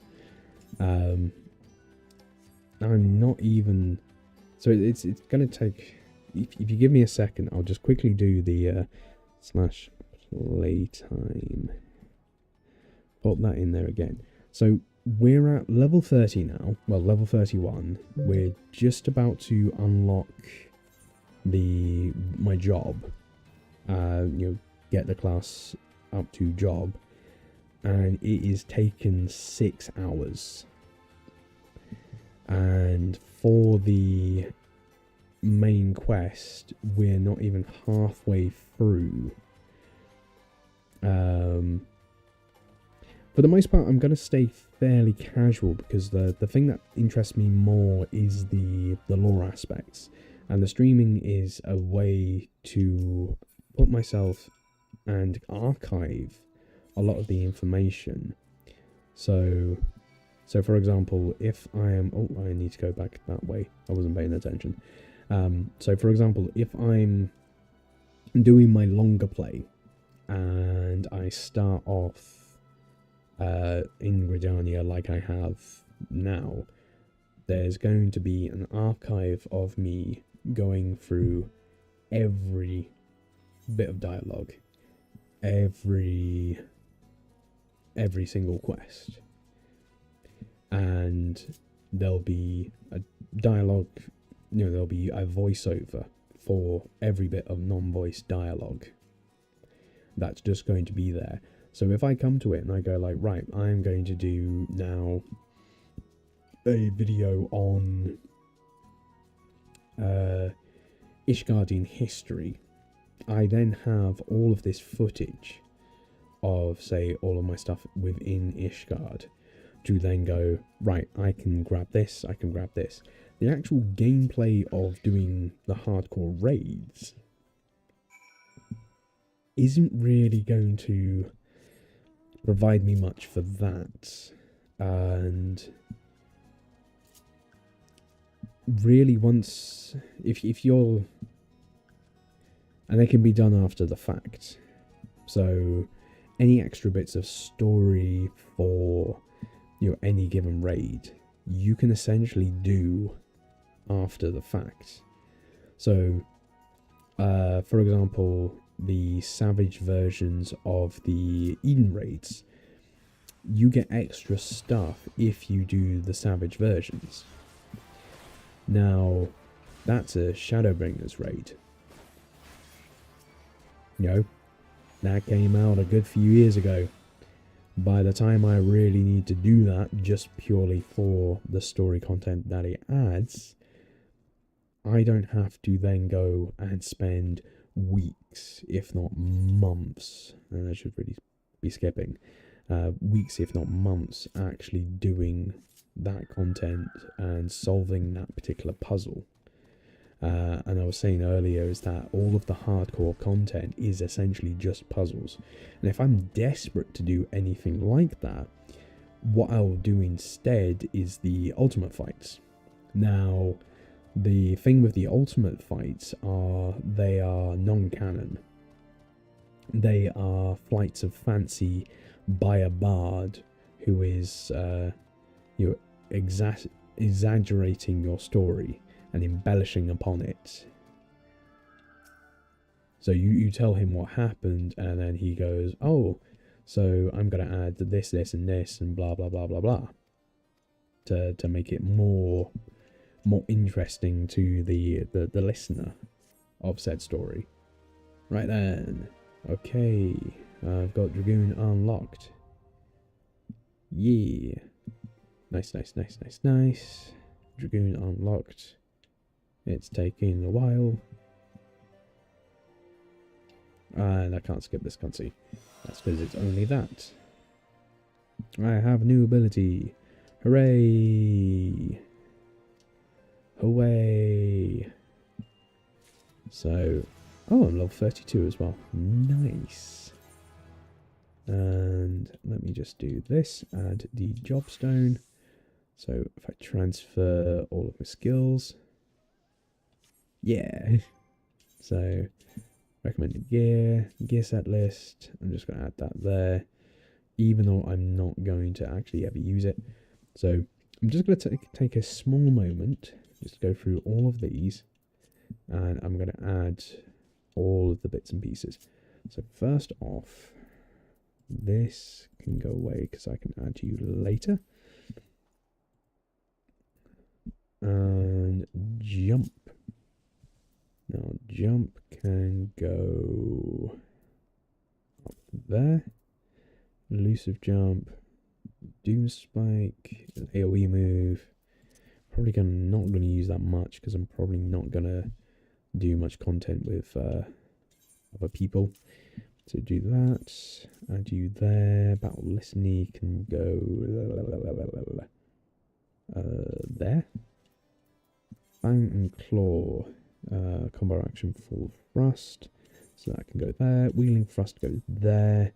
Yes, Gogol goes up there, or yeah, that can go like that. Sonic thrust is next stage of that. Mirage dive, I don't have to worry about. Coerth and Torment is the next stage of that. Star diver, right? You can go there. Heaven's thrust is an upgrade. Upgrade, that can go there. They're all upgrades. So that means if I just do this, I can add that there. Gogol can go there. You can go there. You can go there. And actually, yeah, you can go there.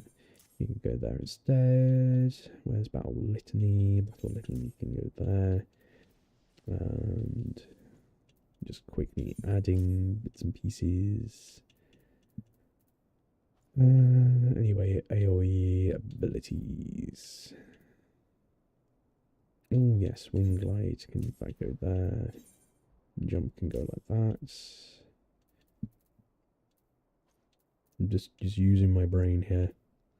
It doesn't happen often. Moment Thrust, I've already put that there. So I should be good. Yes. Unless. I put that there instead. And then Elusive Jump can go there. Actually, no. Elusive Jump can go there. Stardiver can go there. That can go there. And where have you gone? Where have you gone? Piercing Talon. You can go there instead. Roll. That can go there. Arm's Length can go there. Bloodbath can go there. That's perfect. Right, I now have a full hotbar. So we have gotten Dragoon by, if I just go to there, 6 hours and 16 minutes. I have my job. That's not too bad, all things considered. But that's still 6 hours. 6 hours before you go from base class to just job. That's a long time. And you know, these aren't exactly like small games either. They're meant to take time. They're meant to be vampires. And because of that, I think I can give my answer quite effectively, where I don't think I'm ever going to go really into the hardcore content. I think the closest I'll probably get is the ultimates, but even then, those ultimates are going to be, you know, very much not a focus. Like, it might be like, hey, here's a whole you know, like here's a whole like month where I'm just gonna try and do one of the ultimates because, you know, this glowy weapon is cool, or this this alternative timeline stuff is interesting, or, you know, I might just talk about it where, you know, instead, they gave me way more of those. That's different. The last time I did this, they didn't give you nearly as many of those. That's fantastic. So, back to Uldar. So I'm pretty sure they only gave you around about 30 or so of the Vesper Bay tickets. For them to give you that many, that really shut up, phone. Whoosh.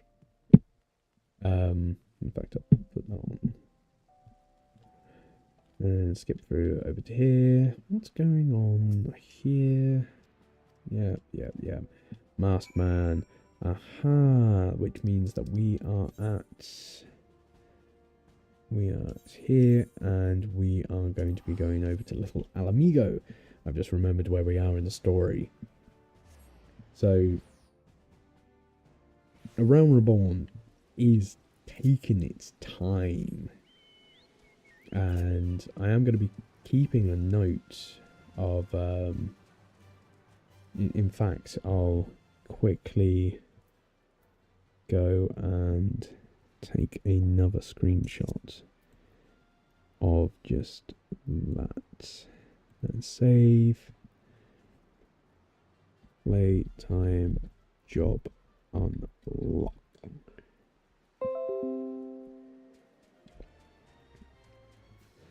Because this is an interesting thing to kind of keep track of it.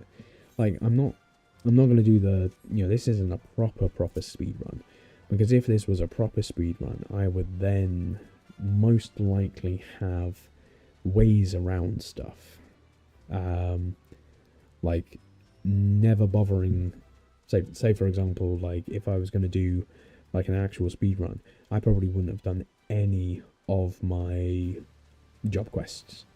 And what I would wait for is the ability to then get a job that is, like starts at level 50. So, for example, I do as much of the main story quest with Dragoon until I hit level 50, and then go over to Samurai or Red Mage. Most likely Red Mage, considering.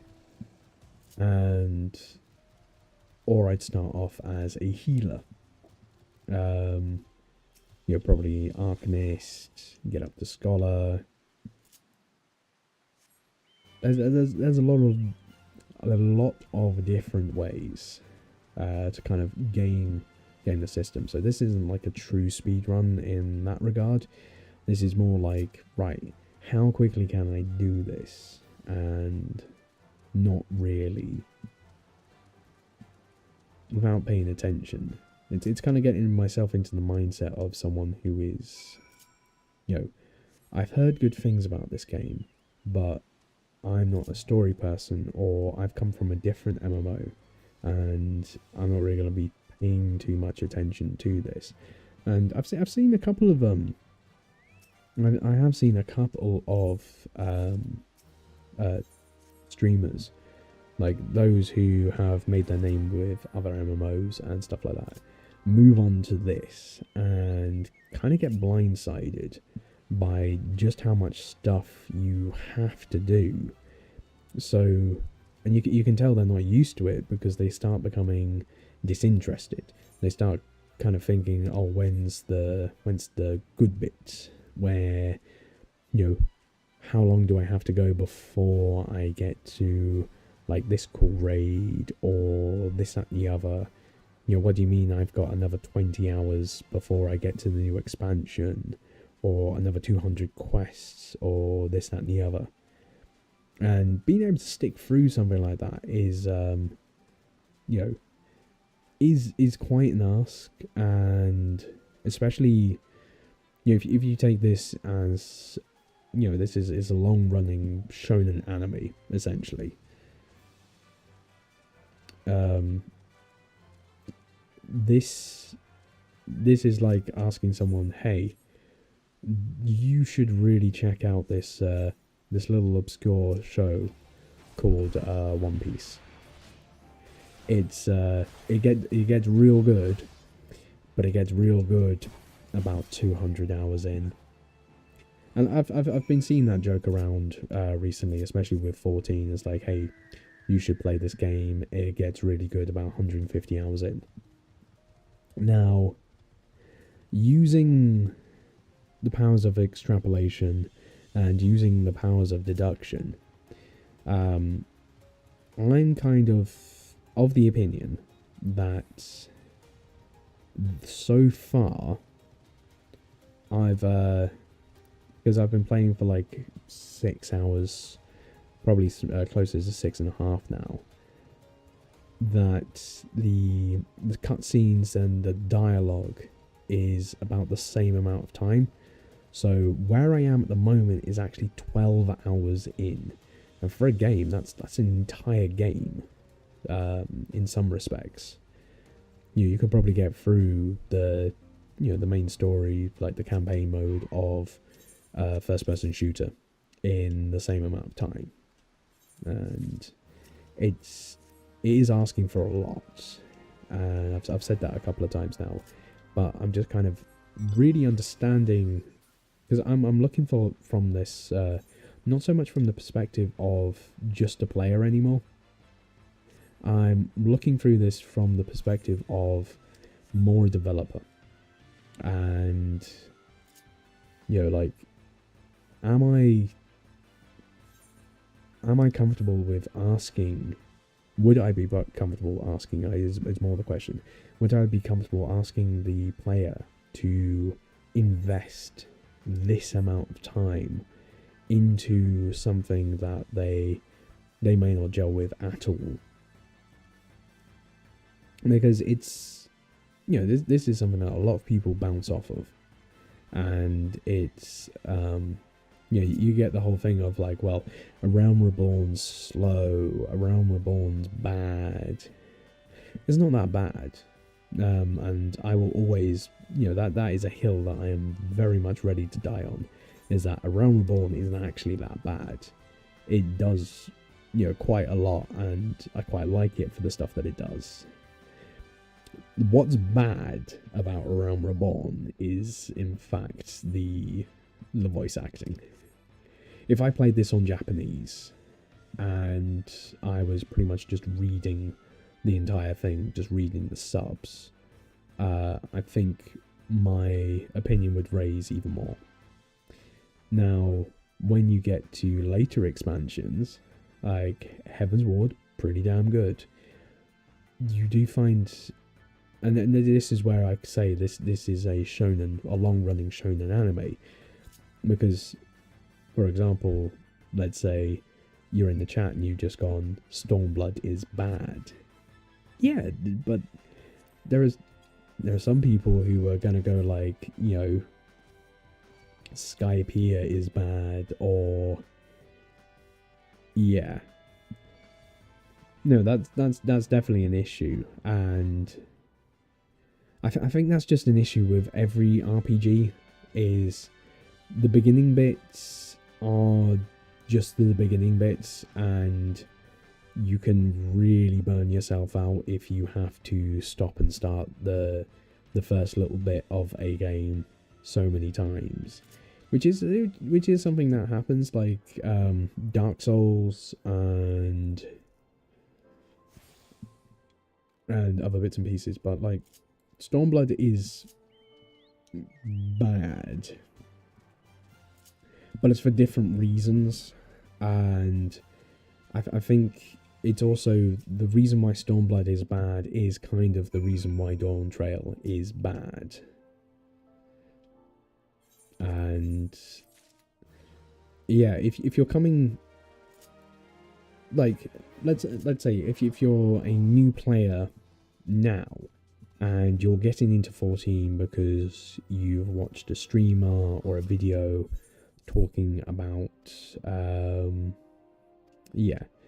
if they're talking about later expansions and go like, you know, Emmett Selk, the most tragic villain that you'll agree with, or, you know, stuff about Xenos or the End of Days, or the Ancients being so interesting, and this, that, and the other. You start off with this and you feel like you've been a bit cheated, and you got to really have the mindset to have something that's slow burning. Then with Stormblood, the issue with Stormblood is that Lys tries to command attention as a main character, when reality it's an ensemble cast, and you as a main character lose agency. During Heaven's Ward, you had people around you who were important to the story, but overall you still had the agency of being the main character. They tried to take that away from you with Lys, and to a degree Hien, but Hien did it with grace, and I think that's the big kind of sticking point, is Lys was obnoxious. Lys was obnoxious, while Hien had grace, humility, and was written like he was a leader of the people. And you're supposed to have a whole arc of Lys being hot-headed and all of this.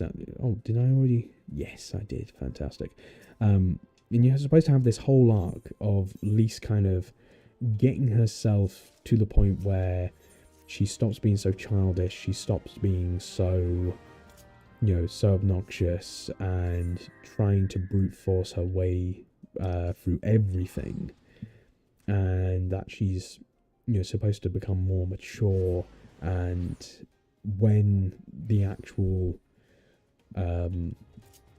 what's the best way to put this? It's like when power is then placed in front of her, where she has to take charge and she has to make decisions and she has to be responsible for people.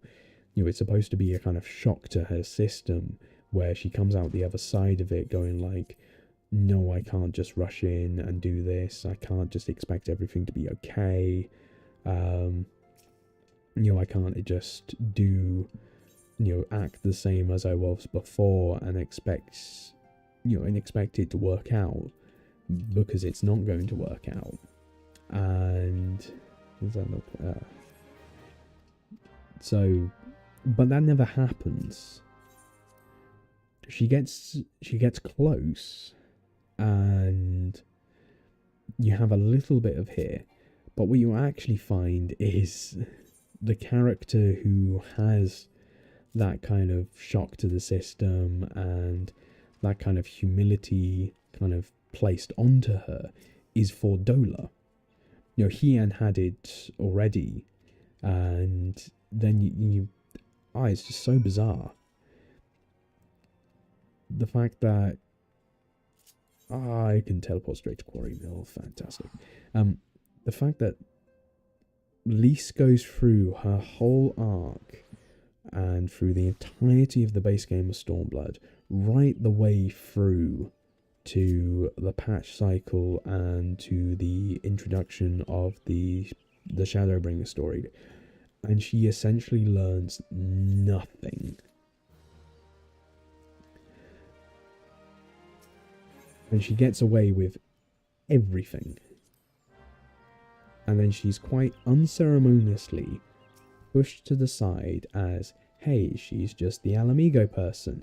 And even then, she's not really the Alamigo person, because the person who's actually there for Alamigo is Rauban, who has had a full story arc, who has had a full character, who has had everything. And he's come out the other side, and, it makes sense that he's no longer, the Immortal Flames guy, because he's now just another dude. So it makes sense that he's gone back to his homeland. He's actually, put in the efforts, and, I think I peeked there. He's put in the effort, and he's come out the other side as like, right, now I'm going to be a leader of my own thing. It's just it's so bizarre, like, looking at it. And Lise just gets none of that. So, I don't know. But this is the issue with Wukalamat. They seem to be following the exact same formula of she learns nothing. She doesn't get punished for anything either. And that's worrying, because that was the issue with things like The Legend of Korra, where the main character is not, I wouldn't say like completely unrelatable, but there's no stakes, because you know that the quote-unquote main character can choose to do whatever they want, and there's no consequences for them. While even for us, as the player character, where you can't really do too much on this or that, because, players are going to play differently, and, all of that jazz. You still have moments where there are consequences for the player character's actions within the story. Yeah, it's just so weird. And the weirdest thing is that it's happened you know, it's kind of happening twice, and these characters are divisive for a reason, because no one wants to essentially be watching and playing through fan fiction. Give you those horns. Right, cool. Let's go. But yeah, that's enough ranting. Because see, the thing is like actually looking into some of the background stuff for Alamigo. Like, I actually really like some of the stuff that's like on the down low. You know, like all of like the incidental things, like about the Mad King Theodred, and all of the stuff before the Empire or the Empire's occupation. There is genuinely like a lot of interesting stuff to do with the Alamigan kind of, you know, land and kingdom. But it just gets pushed down because you're not really looking at it, because it's just Lise and her nonsense. Yep.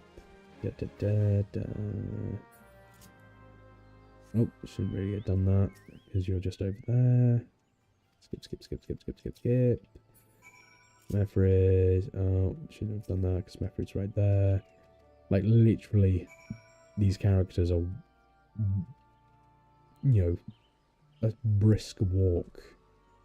Like, it would take you no time at all for them just to speak to each other. I know it's part of the story, but it's just, you know, from my perspective, it's just like, why can't you just talk to each other? Or, hey, you're looking for this guy, he's over here. Yep. Did you get eaten by bats or something? No, it's just goblins.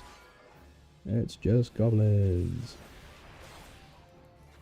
It actually looks like I'm coming close to doing a real, like almost a real rotation now, which is also quite nice. Talk to this dude again. Cutscene. What cutscene? Quickly nip back over to Quarry Mill, and especially when I do end up going into, like, for the bigger character, there is hardcore stuff that's not actually hardcore, which doesn't require the it requires a time investment, but it doesn't require the immediate like the kind of having to be at the same place, the same time every week. It's something that you can chip away at, especially if I'm doing it on stream or like recording for a video, which there are certain things where that will be it. And especially with certain achievements and certain things like related to it, like I may very well keep those to the side until I reach a certain point in the main story, because it's going to take me long enough to get to a certain place anyway, let alone deciding to go to, say, for example, try and get floor 200 on Palace of the Dead, and floor 200 solo. That's definitely something that I'll be looking into by the by, but it's not really something that's gonna it's not gonna happen immediately. That's for certain. But having that there, you know, it's a decent enough little goal to set. You, Talbot, and you. Skippity skip. Right. Make our way. No, not there. No, it doesn't go there, does it? I have to go all the way back up there and then around.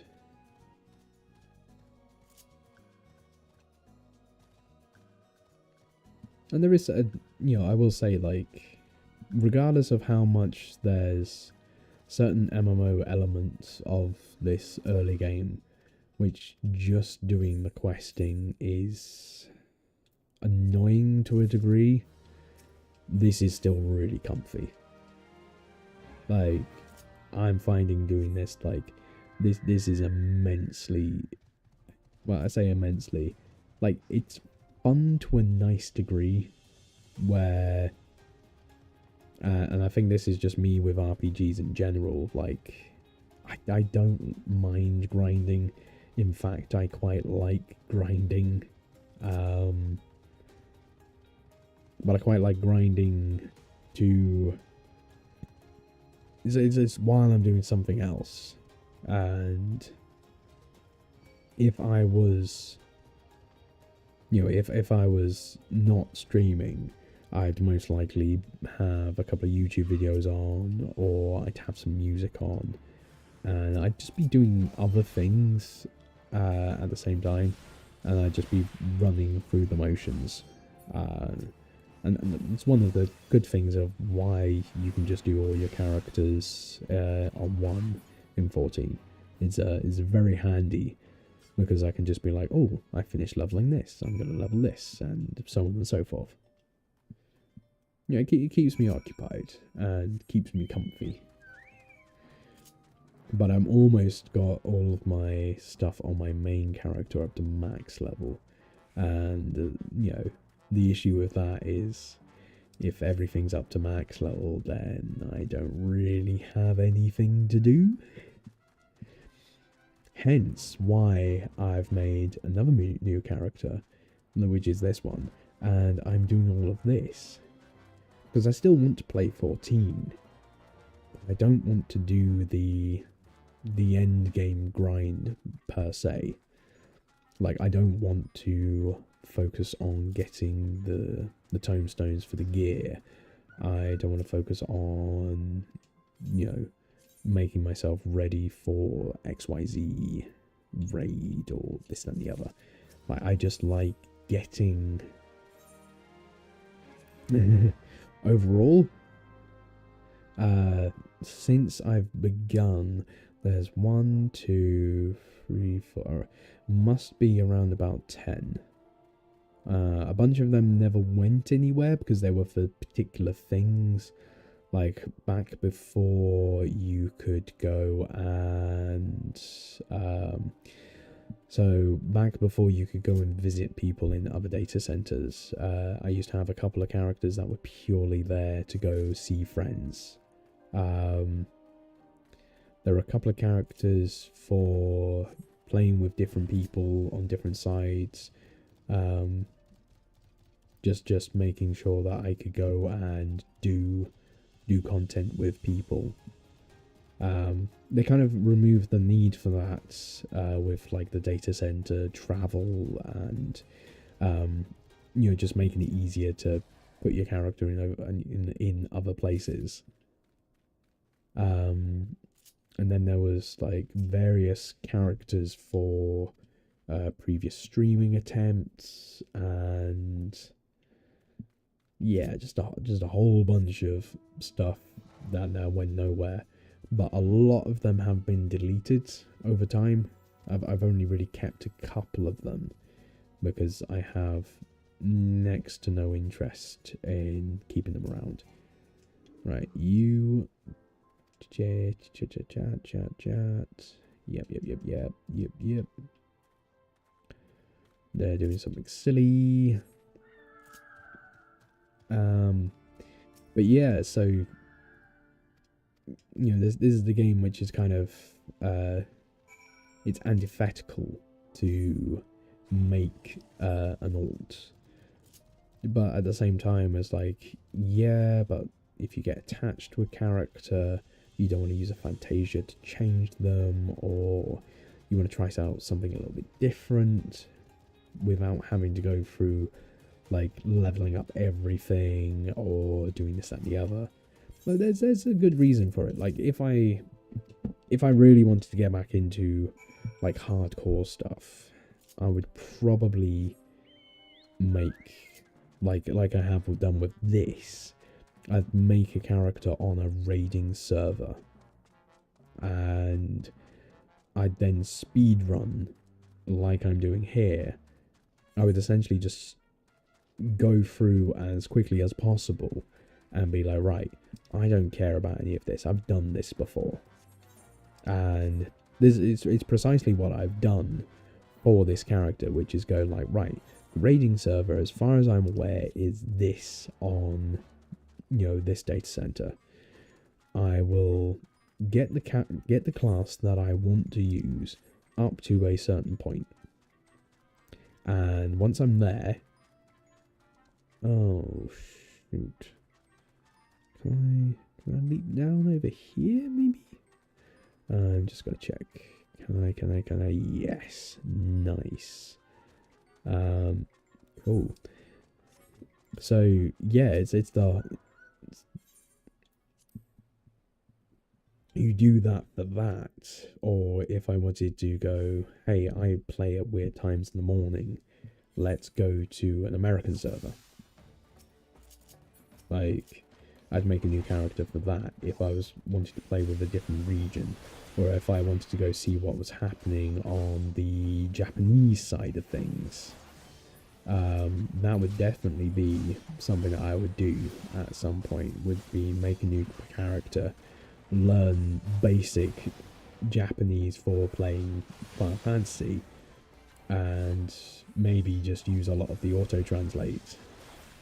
Now, they don't particularly like foreigners getting in the way of stuff, so that's definitely not something that I've got too much stock in.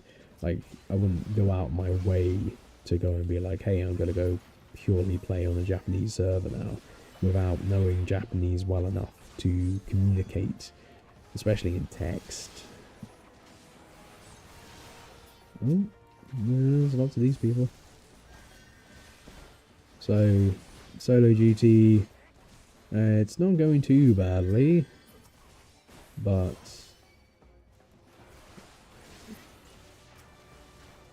no, didn't really, there's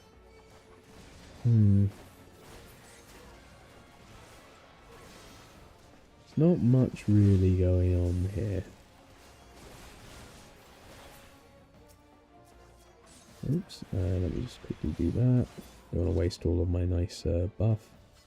Dead, duty complete. So yeah, the duties themselves are easy enough to do, but they're more kind of have to happen. So there's not much interesting gameplay wise happening in a lot of these little solo duties. Not yet, anyway. And that's what we are going to find, is that they become a little bit more experimental down the line. So far, it's the same old, and we are. It's 2.5 hours since I started. We are at level 27 questing. Oh, Minfilia, that's good. We've finished this little arc. So yeah, it's you can break up a lot of Realm Reborn into little arcs concerning time to go over, deal with the Sylphs and Ramu, go over to little Alamigo, check with them, and what happens next. I'm trying to think if next has to be Hawk Manor, because it's level 27. Next has to be dealing with North Shroud and demons. Yes it is, I remembered. So for Noraxia, right over there. Fantastic. And in a way, this little section where you're going off and doing like little campaign bits and pieces actually feels like the most that you're adventuring for a good while. Like the main story hasn't kicked in properly yet, so you're still just kind of doing stuff for the sake of doing stuff. Because what is it? We've met some plant people, and we've gone to save them from a spider infested hellhole. Then we've had some youths being persuaded into a cult, and now we're going to deal with some demons. Right, Soothe. Did I put Soothe on? No, I didn't. That's annoying. And to hotbar, but you there. Soothe. You're fine. Cutscene, go away. And I'm almost level 33. So that's still, well, level 34 I mean. So I'm still around about, 5 levels above where I need to be. That's good for the moment. Like, being over leveled is a good thing. Especially if I want to go through this as smoothly as possible. Because the first point where I have to kind of go, I either have to repeat a dungeon with the duty support, or I have to use the duty finder for a roulette. I think that's the point where I'm not going to be too happy. Right. Kill one of these. Yeah, whatever. Do. Boing. Where's more Ziz? They will be down here. So I can just quickly sneak around and not damage myself. Like, back in the olden days, the amount of times I killed myself jumping off of this was quite a lot. And you used to see a couple of dead bodies here every now and again, which was also quite funny, all things considered. Bounce. That's free. Yep, whatever. And I can't be asked going there, so I'm just going to teleport. I said I'm just going to teleport. 1 second, I'm just going to mute.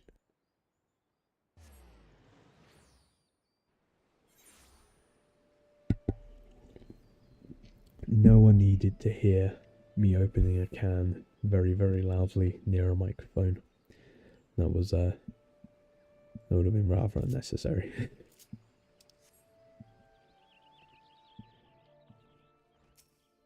So I think if I can get to this next dungeon, then I will do this next dungeon, and I will. Yep. Yeah, I'll do this next dungeon, and I think that'll be a nice bookend. Because Hawk Manor will be the 1, 2, 3, 4. Yeah, it'll be the 5th dungeon, the 5th mandatory dungeon, and from there we will then have a nice kind of bookend and be like, right, the game is now expecting you to be a job. The game is now expecting you to have your job crystal unlocked, to have all of this, that, and the other, and you can start actually playing your class properly. And it's going to take you around about X amount of hours to do so. Yep. Then, is it further? Yeah, oh, I can't remember. Do I have to go back up this? I will check in a moment. Because if I'm lucky, I can stay down here. Not too sure that's the case. Or whether or not I have to go back up. Let me just zoom in. That's as much as I can zoom in. No, I don't think so. Yeah, I'm going to have to go up and around. Right. That's, at least saves me from going down to a certain point and then having to double back. Yeah, so just go up here. I'll go check whatever that I need to check. Right. Yeah, because it's in and around here.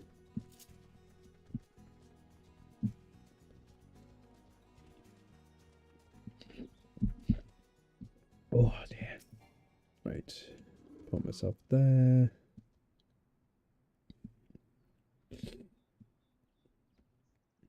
Lots of waiting.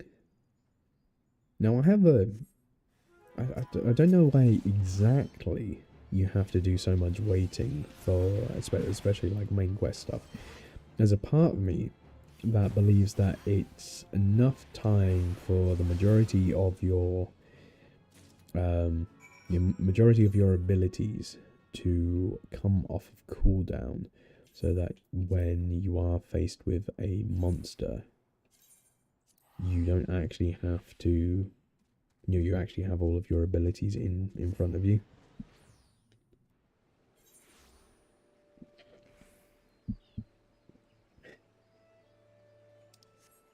There's someone there called Silly Rat who's just squeaks. Right. This game takes all types. Right, you, yep, have your crystals. Yep. And you, da da da da da. And that's a picture. See, when you get a picture on a quest, that normally says that you're coming towards the end of whatever little quest line that you're doing, which is always a good thing to see. So we are now Maiden's Corpse, Power Deduction, level 28. And I'm pretty sure after this we're going to have to go back into New Gridania, chat with the old manservant person. Ooh, excuse me. That was a rather uncouth.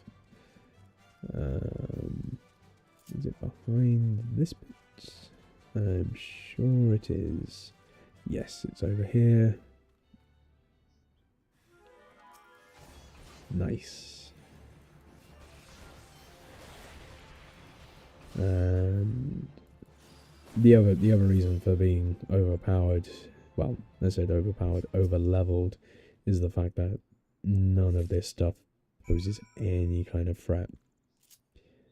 Even if you've not really been bothered that much with, like getting gear and things like that. I did it again. Ooh, dear. But yeah, it's around about 10:30.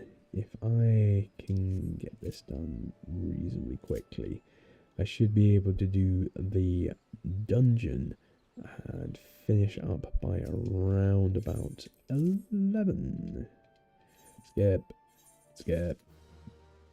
Yay. Oh, talk to you again.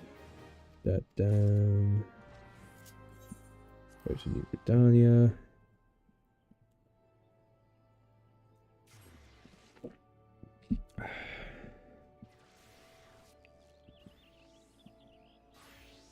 I use sprint up too quickly.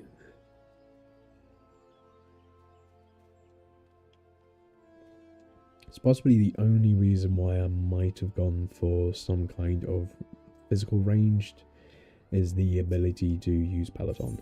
I think I've mentioned that before. Yep, skip. Bernadette is someone just up there. Come on.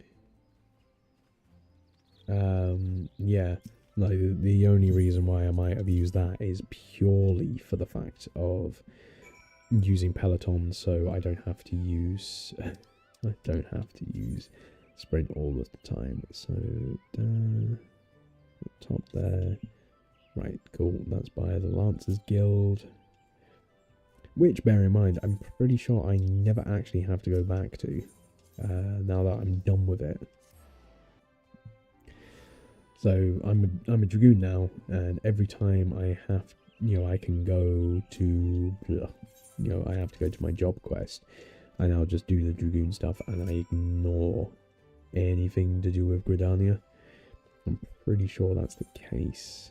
Even in, because in Stormblood, a lot of the job quests kind of loop back to their Aram Reborn class quests. Not so much for Dragoon, if I can remember rightly. I'm pretty sure you just end up doing... You do stuff with the person that you meet in Heaven's Ward, but that's about it. Right, reward, level 28. Cool. This is Hawk Manor time. Seek entry into Hawk Manor. Fantastic. And it is around about 1:30. So if I can do this in half an hour, I can get finished by 11 o'clock. And if I can get finished by 11 o'clock, that'd be perfect. Because I'm going to, after this, I'm going to have a nice relax. And I'm going to go back to playing, probably back to playing that one of the Pokemon ROM hacks that I've been playing recently. They are something that I'm also going to do some content on. They interest me greatly. Like, because especially the older Pokemon games, they hold a very special place in my heart, and having them be there, I'd love to play them on the original hardware again, have that full thing of being able to trade with people, play them as they should be played. There's definitely that aspect of me which wants to kind of do it like properly, but having access to especially the old Game Boy stuff on, say, for example, I don't know, just on your phone, really, on any emulator. Right, you gonna... Yeah, that's what I thought. Mana Gate. It's still early enough to have the novice person though. That's weird. Right, cool. Entrance, party of NPCs, yes. So we are now just before 11:30. No, 10:30, sorry. Let me skip that. Go away. Let's go. We are not wasting any time here. Bounce. Do this very quickly.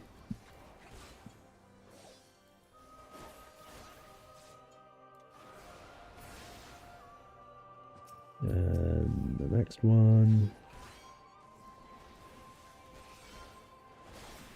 So this dungeon, to a degree, still retains a little bit of its choice, and actually feeling like you're in a bit more of an actual place rather than just a long corridor. But even then, it's been reduced down a fair bit. It is a shame, but that's where the Criterion dungeons, which is something that I haven't actually touched yet, I haven't gone anywhere near. That's potentially where some of this comes to, where that kind of dungeon philosophy, something that works really nicely in a pen and paper game, or an old single player, first person thing where you have to draw your own map. Unfortunately, the nature of an MMO where you're using instanced content the majority of time to do leveling and gain endgame resources and currencies means that, like, it starts becoming more about speed and efficiency, and that's where you're losing a lot of these. Because I like this dungeon. I've always liked this dungeon, especially when, like, the sync level is over 30, so you have your first ability as a as an actual job. Is there anything in here anymore? I swear there used to be something in here. Oh, that's a shame. Oh well. Man maid servants. Ooh. Oh, okay. So the AI is at least good enough to do that. The amount of people who just keep greeting and then just end up getting completely stunned. I think for like a good 10 seconds or so by that. And really slow, slower run down. And that's something that I haven't really spoken much about because I haven't actually been playing with anyone else. This so far is a purely solo run, and the interesting thing about that is that trying to do stuff quicker has a lot of the times, you have the issue of, oh, I'm just trying to get through this dungeon very quickly, blah blah blah. There's points where, especially as playing as Dragoon, I don't have an AoE ability until a lot later. Grab that other tiny key just because. Yeah, you crack on with that. I'll do this. I'm not too sure if I had to use it yet, but I've got one tiny key.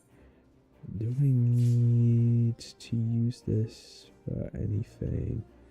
Oh, fuck it. I'm going to open this door. The NPCs will do the rest of it for me. Ah, this gets me fine wax. I'm sure I can sell that for a lot of money. I don't think I was gonna get a retainer though, but it is wasting only a little bit more time.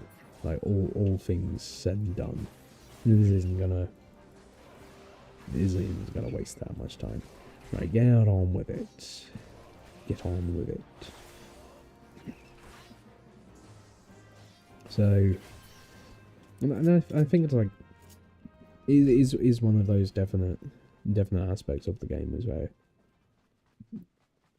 Just the bog standard dungeon running isn't actually all that involved.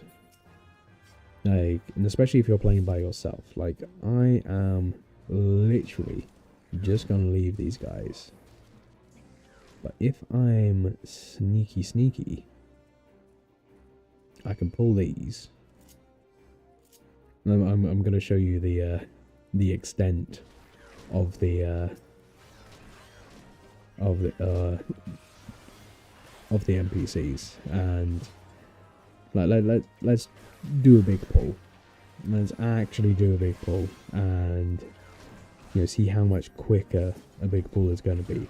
Because unfortunately, the issue here is that the NPCs do not know how to use AoE moves themselves. I don't have any at this point, but if you are playing a Thaumaturge or a Black Mage, you should have at least 3 different AoE abilities. This, the tank should also have a whole bunch of, well, at least 1, possibly 2. I'm getting out of there. And I'm pretty sure they got out of there too. That's fine. Let's do that there. Let's take out the one with the least amount of health.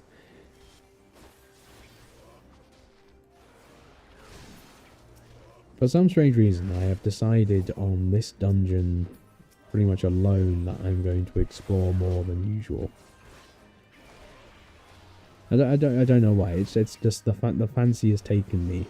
I think it's mainly because I've gone through so many dungeons where there's not even that ability. Like, you don't get given the opportunity to actually do any sort of exploration. And now that I have been given it, like, I'm kind of chomping at the bit to go like, oh, I'll go into this room and I've got this key to do this and this and this. I think that says something. I think that does say something about the game so far. That if I'm not paying attention to the story whatsoever, like, I'm asking for a little bit more in terms of this. So I got a piece of gear, and I cannot. It's not saying that I can equip the gear because the gear is for a healer. Fantastic. That is typical. So I've done all of that just to get something that I just can't use. Well, quickly, take you down. And we are up to the first boss. And it's taken like 7 minutes. Probably shouldn't have taken 7 minutes, but that's just me messing around. Now, if I remember rightly, I think this is where, yeah, you start getting more cleaves. The overall mechanics start slowly but surely ramping up. You know, you've got a couple of interruptible abilities there, so if you're paying attention, you don't have to deal with mechanics. Then, if I remember rightly, I don't actually have anything put on here. Leg sweep, put that on there. So I might actually be a good boy, and when the Dark Mist ability comes up, I might actually do something about that. Can I stun that? Yes, I can stun that still. It's not interruptible, but it's stunnable. There's a difference. I always used to like surprising people when, you know, as a DPS, I wasn't just like going through half asleep and just pressing my buttons. But then again, there were plenty of times where I was going through and I was asleep. So, is what it is. Yeah, move out the way. Doing good. And that's not gonna line up properly, so I won't get buffed by the next time. Stun again. I'm gonna keep DPSing. Don't tell me no. I don't want to move. And we. Right, make sure I grab the key.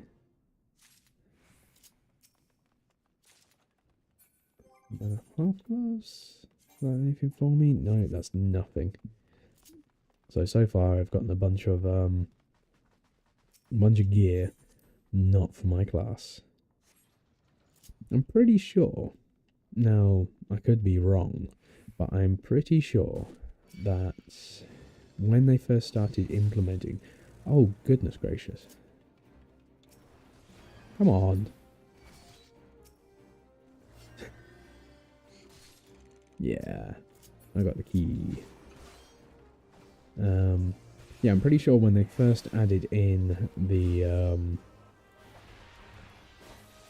some of the new changes to gear, I'm sure there was something said, because you get the guaranteed piece. If it's a leveling dungeon, like this is, for example, you get a guaranteed piece of gear, where at the end of the dungeon, regardless of anything, you get something in, you know, just deposited into your inventory. So regardless of anything, you have an upgrade from this particular thing. Now, what I'm not sure about is, I remember, and I could just be remembering wrong, is that they said that the gear in treasure chests will be more towards those the players that are in the party. Oh, I got too close. There's nothing. Oh, there is a key in here. So, for example, if there is a, you know, a physical and a magical person in the party, you will get stuff for those classes. Now, I don't know, I'm pretty sure that doesn't add up if you're a solo player. It might not do. It's one of those, because it might still consider this being a an actual full party. So it's going to drop the loot table is going to be for a full party, and with that there's the added extra of,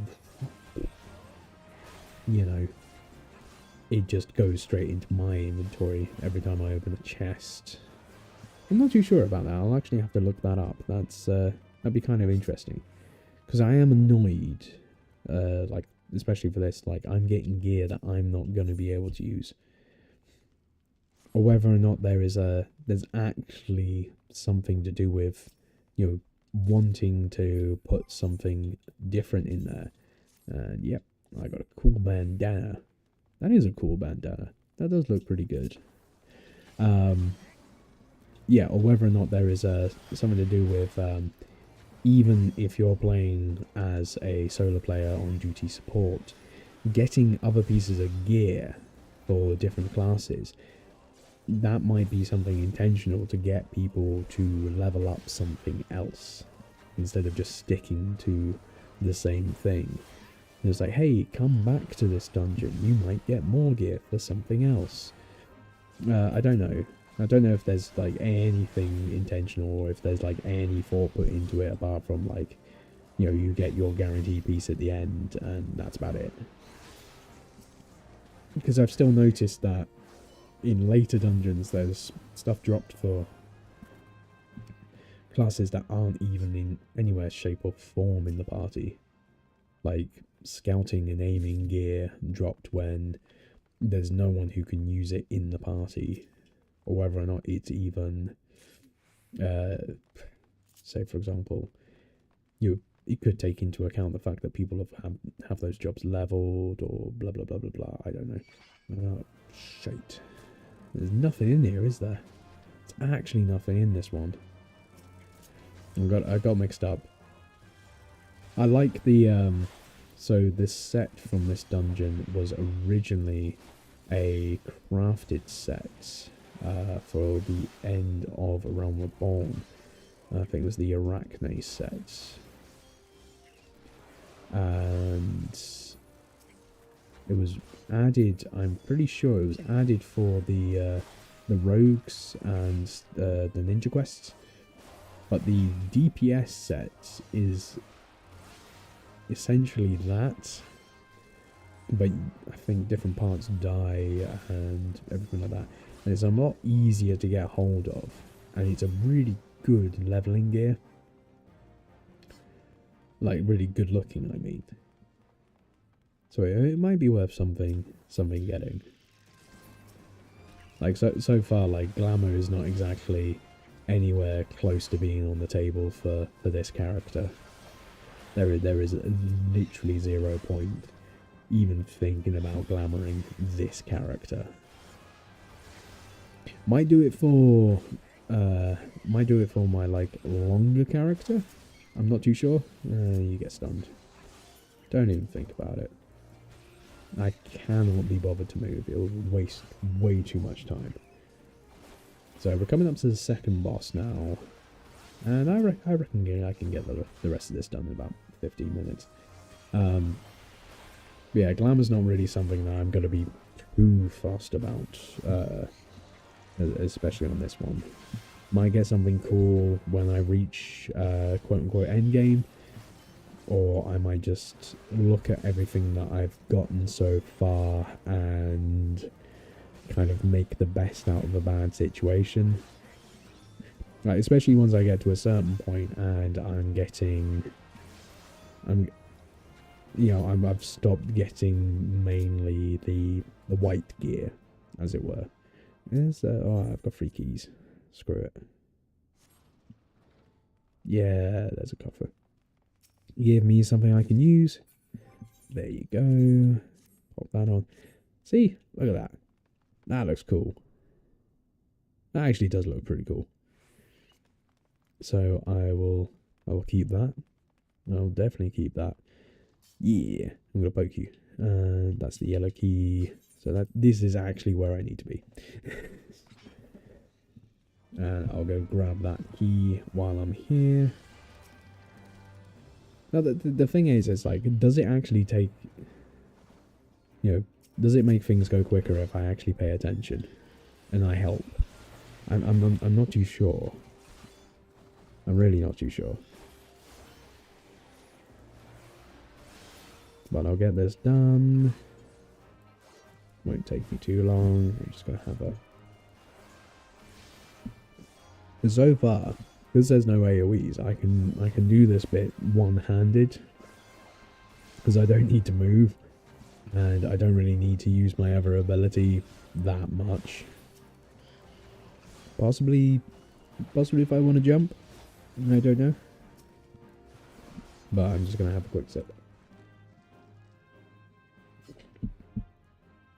Oh, excuse me. Let me just. Don't want to burp into the microphone. That's not very tasty. Right. Second boss. We are. Yeah, we're making all right time. So if I remember rightly, the old way used to be you kill this one first and then you kill the other one. I can't remember if the boss has changed because it dies fairly quickly, so I never actually have to pay attention. But, yeah. And this is in the hard mode version. This is where you finish off, if I remember rightly. Something like that. And that's something they need to bring back.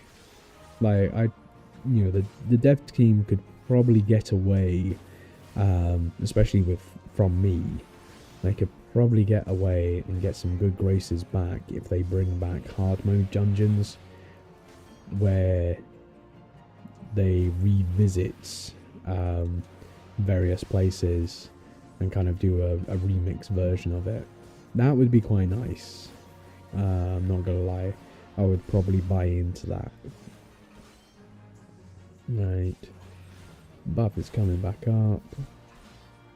To be honest, I probably shouldn't really need to use it, but you're dead. I said you're dead. There you go.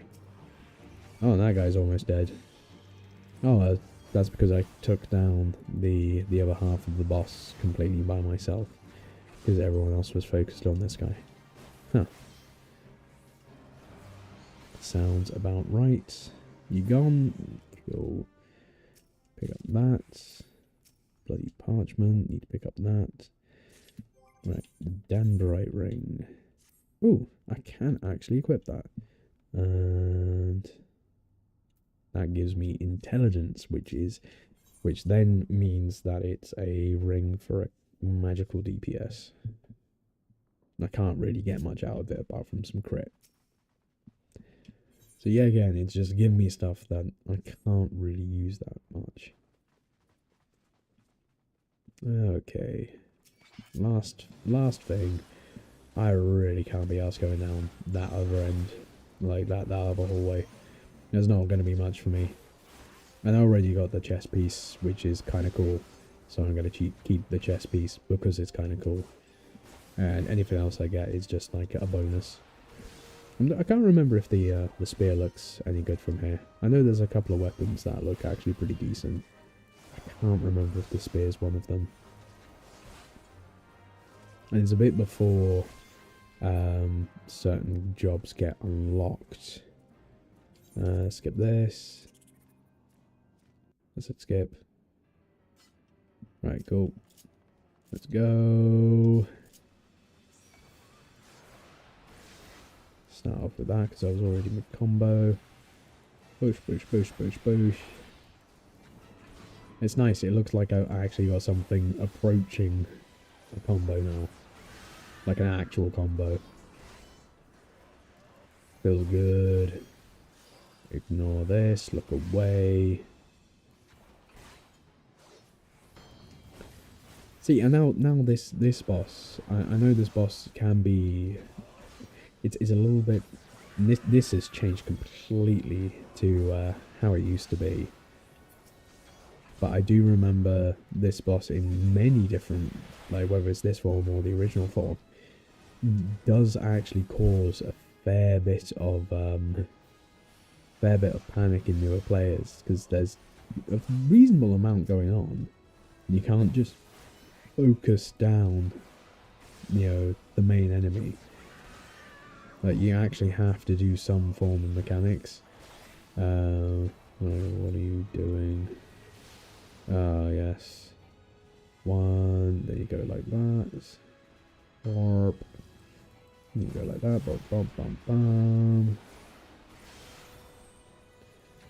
So, yeah, it's like it's actually kind of a proper boss battle now. Like I do like how they've changed this one. I didn't mind the original one, but there's, it definitely feels like it's a bit more structured now, and you can learn it a bit better. I don't think she gets all the same resistances as she used to. Yeah, it's because she's not feeding off of anything. Like, it used to be that you had to kill something. Right. You're over there.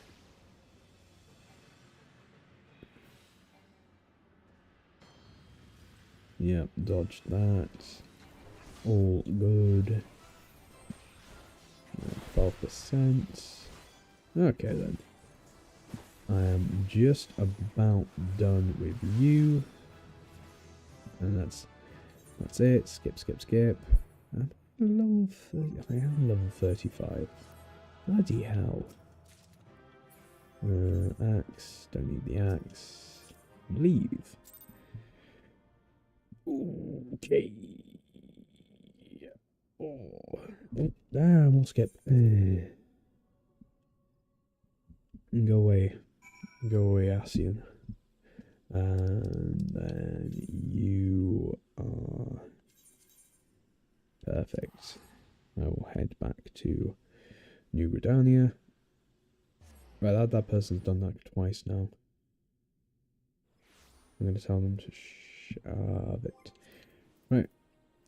And I am going to exit the game. Because we are now at 3 hours and 10 minutes. Shoot.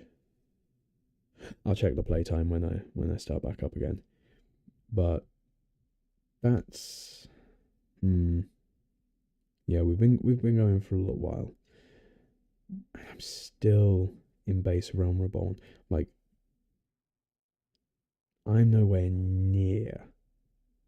And the big thing. It's like a Realm Reborn is huge. It's very long. I'm nowhere near the end of a Realm Reborn, and it's been like 9 hours. I've been, if you put all my playtime together, it's been possibly around about 9 hours. That's ridiculous. Right, I will probably be streaming again. Probably streaming again on Sunday. All things considered, Sunday evening. Maybe go for 4 hours. See how far I can get from there. But until then, see you later.